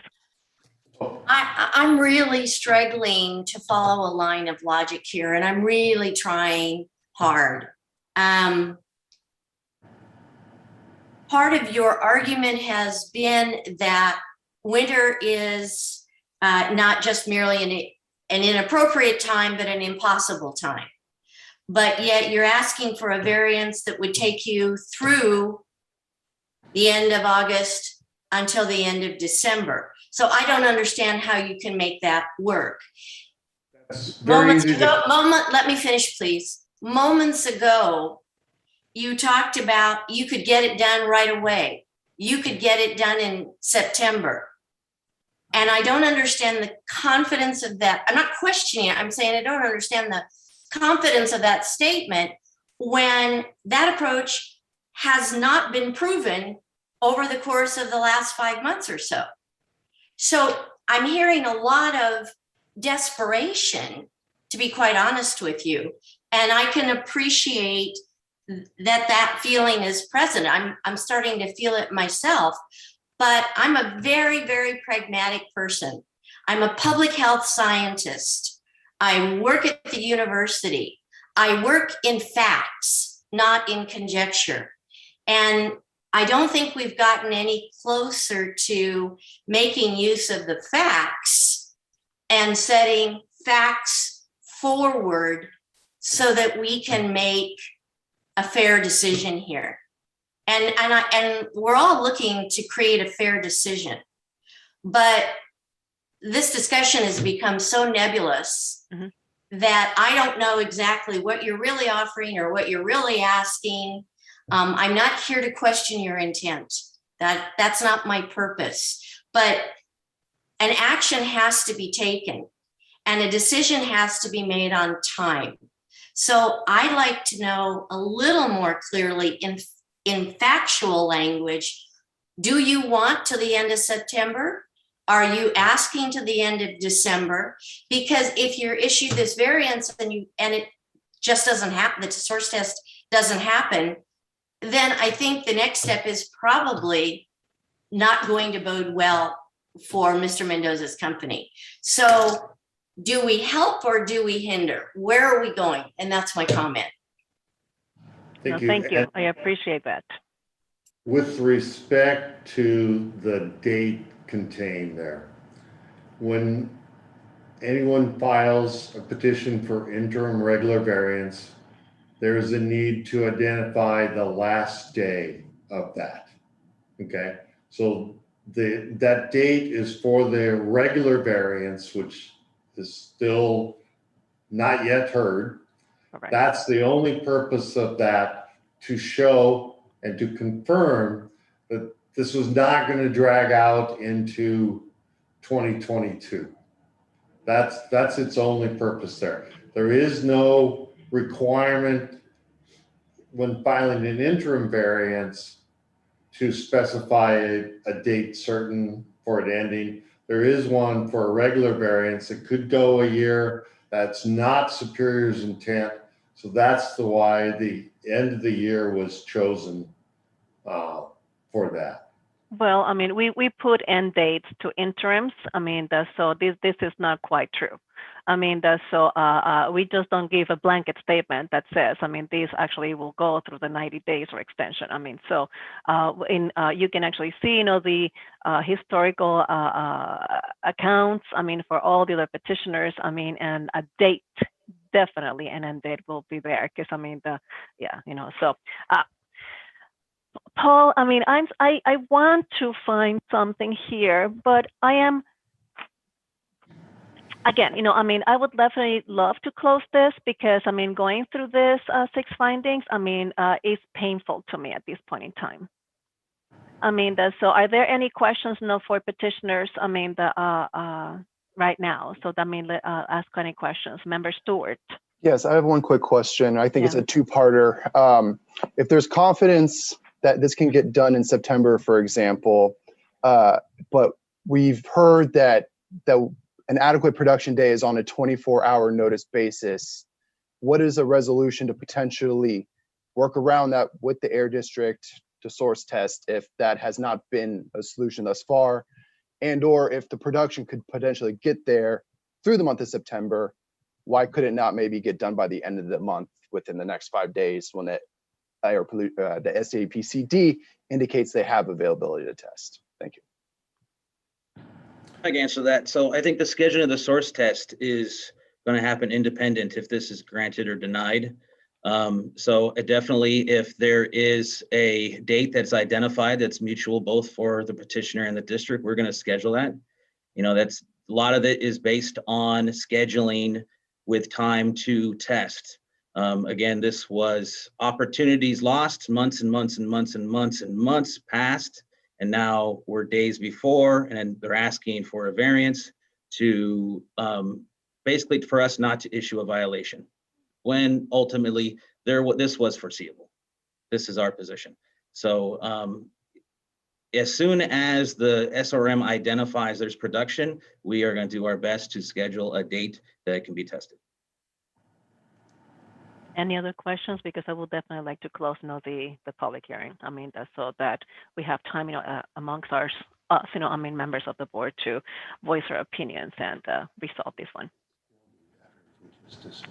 Okay, perfect. That's so the public part, of this hearing now has been closed. That's so this conversation now, is amongst the hearing about the board members. Folks, I'm going to be very honest with you. This is mismanagement. That's so we're closed, Paul. That's so I do not believe, though, that again, and it happens. That this life happens. Sometimes, that you have issues. With managing, the rest of your life. Guess what? You need to live with the consequences. The only thing that I kept actually hearing again and again and again is that we don't want to get an NOV. Well, it was not that they could have actually avoided it. Unfortunately, I know that it's really very difficult. But that's what you're in business for. That's so on the financial management. Of that risk, they are going to be continuing operating. That's what they said. And they even if these variants were denied, until that source test would actually happen in September. That's what I heard. Okay, so a variance is not just to avoid an NOV, folks. This is not the purpose of that. And I think, that this is a business risk that they chose, like Mr. Mendoza said, that to get, So, at the last minute, that's Mr. Stewart, you were really very right. That this is not, you come here and say, oh my God, so I want to avoid this. My position, however, it is, unless, I haven't heard anything compelling, is to deny this variance request. Ms. Schlick, would you like to add? And please voice your opinion. I'm a little bit unclear procedurally if it would be possible to grant a variance only through the end of September. Because, it's been, I know at one point, the county staff said, kind of like, oh, and they might even throw COVID at this, but it's been a rough year. It's been a rough 18 months. So it's like, and he did bring up COVID. I don't really know how exactly that plays into this, but it just seems like I don't know if it's possible to deny their petition for December 31st, end of the interim date, or but then allow them still like basically an extension until the end of September. I don't know if that's possible, but I would like to say, to me, this is a tough case, but probably just because this is my first year on the hearing board. So I appreciate Chair Rodriguez's leadership and her explaining to us that this isn't really what a variance is for, and that, sometimes as a business, maybe you need to take an NOV.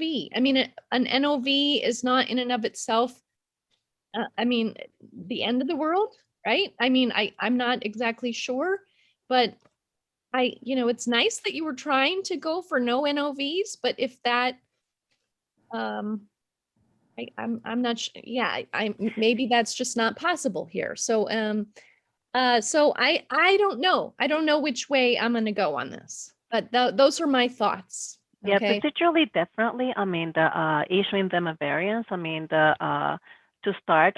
Upon the start of the next permit year, because that's when they will be in violation. It's not today.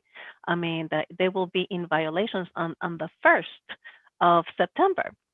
So, because there are two considerations. A variance is, because they're in violation, they will be in violation. So they will be in violations on the 1st. Please, that Mary, correct me on the dates there from a permit year.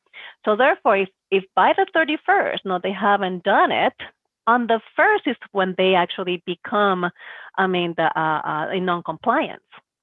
So therefore, the district will issue them, or could issue, the NOV, but, it covers them on that NOV. And then we could definitely issue something like that would end on the 30th, and they need to schedule it a source test. I actually have to say that scheduling the source test, and I definitely feel, for Paul and Mr. Mendoza, is not the easiest, and also for the APCD, because resources are limited, production is limited. It's always a challenge.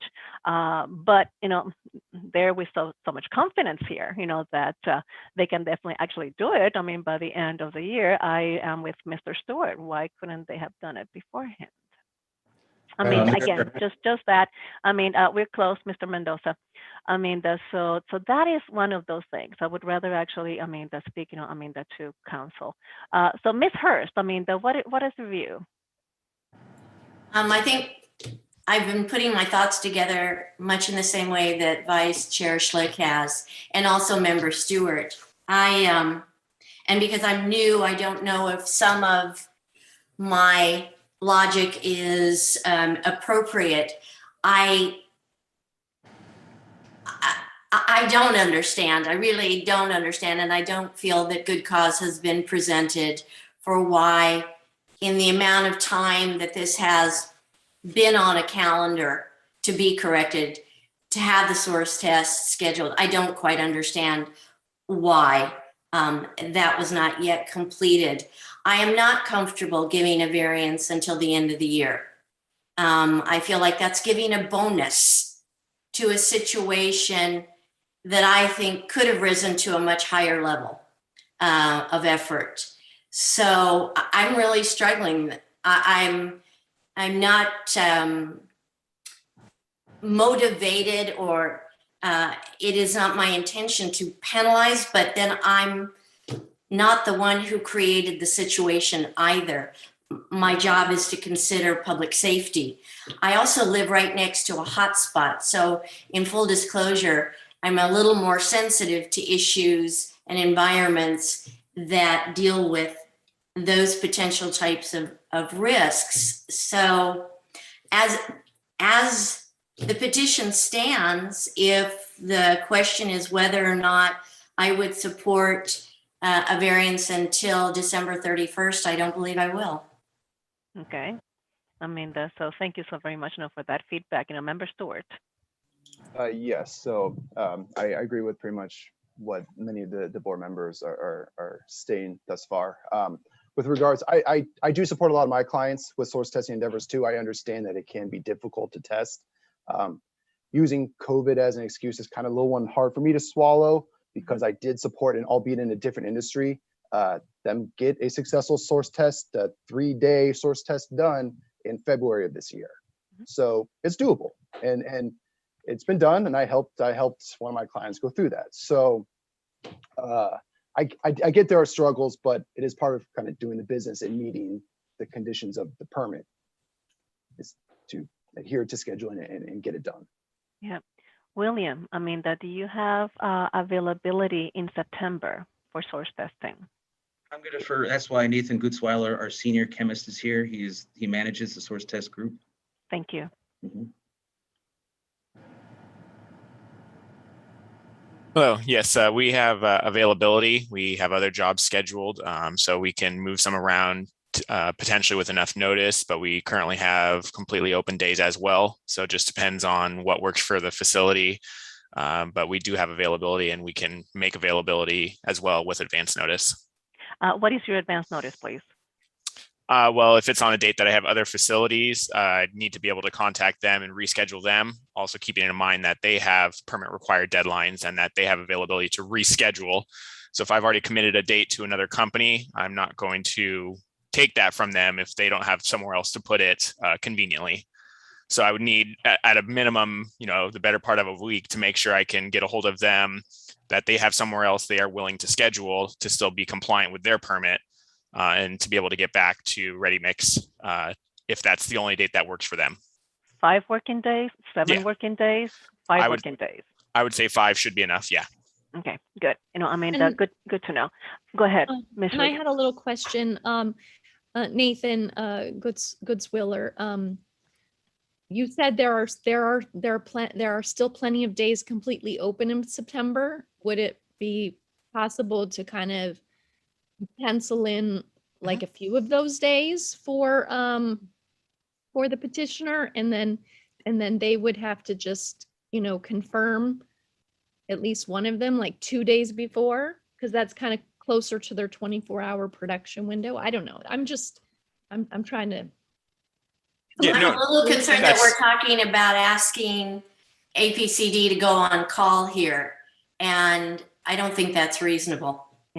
No, absolutely. And that's what we typically do when we schedule this in advance. We'll give multiple dates that are available and we will block it out for facilities. So in this case, I can provide all of the dates that were available in September and see if any of those work. And if none of those do, then I can look into potentially moving another facilities test if they're also willing. But I will provide and hold all dates currently available in September. Well, that's amazing. Thank you. Okay. I mean, Paula, do you have any comments? Because I see you're on video. I do. I just want to kind of clarify a couple things, if I could, on the legalities around the issuing of an interim variance. As Emily mentioned, they can go up to 90 days. Generally, they're granted just until a regular variance can be heard. That's the purpose of them. That's why there's a slightly lesser standard of findings that go along with them. That said, the role of the hearing board is to also be looking at whether they think they're going to be able to make those findings for the regular, because the whole point of the interim variance is, it states in the health and safety code, they can't be granted in order to avoid the noticing and finding requirements of a regular variance. So it's not just that this is allowed as a short-term variance. It's really an interim until you can consider the regular variance. And because of that, I would ask the board to just kind of come back to whether they think they're going to be able to make those findings for the regular variance at a hearing potentially in September, because that would be the standard approach, would be to consider the interim now, to consider a regular at a subsequent meeting, and to really consider whether they could make all of those findings at that meeting. And I think what we've heard, the petitioners say is that they wouldn't shut down if this weren't granted. In all likelihood, that you've heard what the district has said on the record, and I will repeat it on the record, is that this would be a one-day notice of violation that they would be issued. And so there's really not that economic harm to the petitioner associated with this. So that was just what I was going to clarify here. No, thank you, Paul. I mean, because definitely that is my very same position here. The most difficult one is, I mean, again, that is not, the variance is not used as a crutch, not to get, into, an NOV. That's a no. And the second, though, is the decisions that the business actually makes. Was this unreasonable to the petitioner to actually have completed, within the permit year? I don't think it was unreasonable, to be honest with you. Because we're talking now since November of 2020 when they became eligible to perform this test. So it was not unreasonable. And the other one is, if the variance was not granted, would this actually become an unreasonable taking of property? And they actually, indicated, on the record, it's not that they're going to shut down. That would be unreasonable taking of property. It's not that they would actually even furlough people, for example. None of those elements were even demonstrated or even volunteered, to the members, to the hearing board. My motion, would be to deny this variance request based on the fact that we cannot make the 6 findings, particularly focused on the unreasonable taking of property. Petitioner has indicated that they are ready to do the testing in September. And if the variance was not granted, again, was denied, that they will continue working. So therefore, we are unable to make, again, this is my motion. The board hereby is unable to make the 6 findings is required for interim regular variance. And I want to note that the petitioner's petition said that they would close the plant, but that seems to be based on the assumption that the county would be issuing notices of violation every single day that they're in violation. And so, this is a very significant fact that they have said, and the petitioner has relied upon the fact that the county says they're going to issue a 1-day violation. And then the testimony and the representations of counsel was that they would therefore keep open, which actually apparently helps to get the test done, because if they were to close down and et cetera, et cetera. So given all that, I feel comfortable seconding Chair Rodriguez's motion. Okay. Well, I mean, if Ms. Madam Clerk, I mean, we have a motion. We actually have a second. Could you please call the roll? Okay, thank you, Chair Rodriguez. So Chair Rodriguez? Yes. Member Hurst? Yes. Member Schlick? Yes. And Member Stewart? Yes.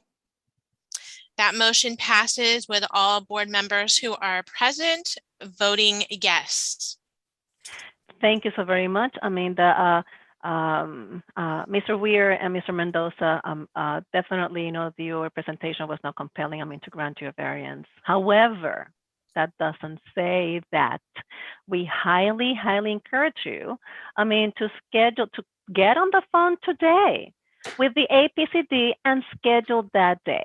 Because, I mean, certainly that also demonstrates your willingness not to come into compliance, I mean, expeditiously as possible, and to continue, I mean, that not only in the compliance aspect of that, but your contribution to the environment and the air quality for the basin. Okay, so that would be my personal encouragement. I mean, I believe that there are no other items, I mean, on the agenda, and I believe that this meeting is adjourned. Thank you, everybody, I mean, for your participation and your support. Have a wonderful week. Thank you. Bye-bye. Thank you. Bye-bye.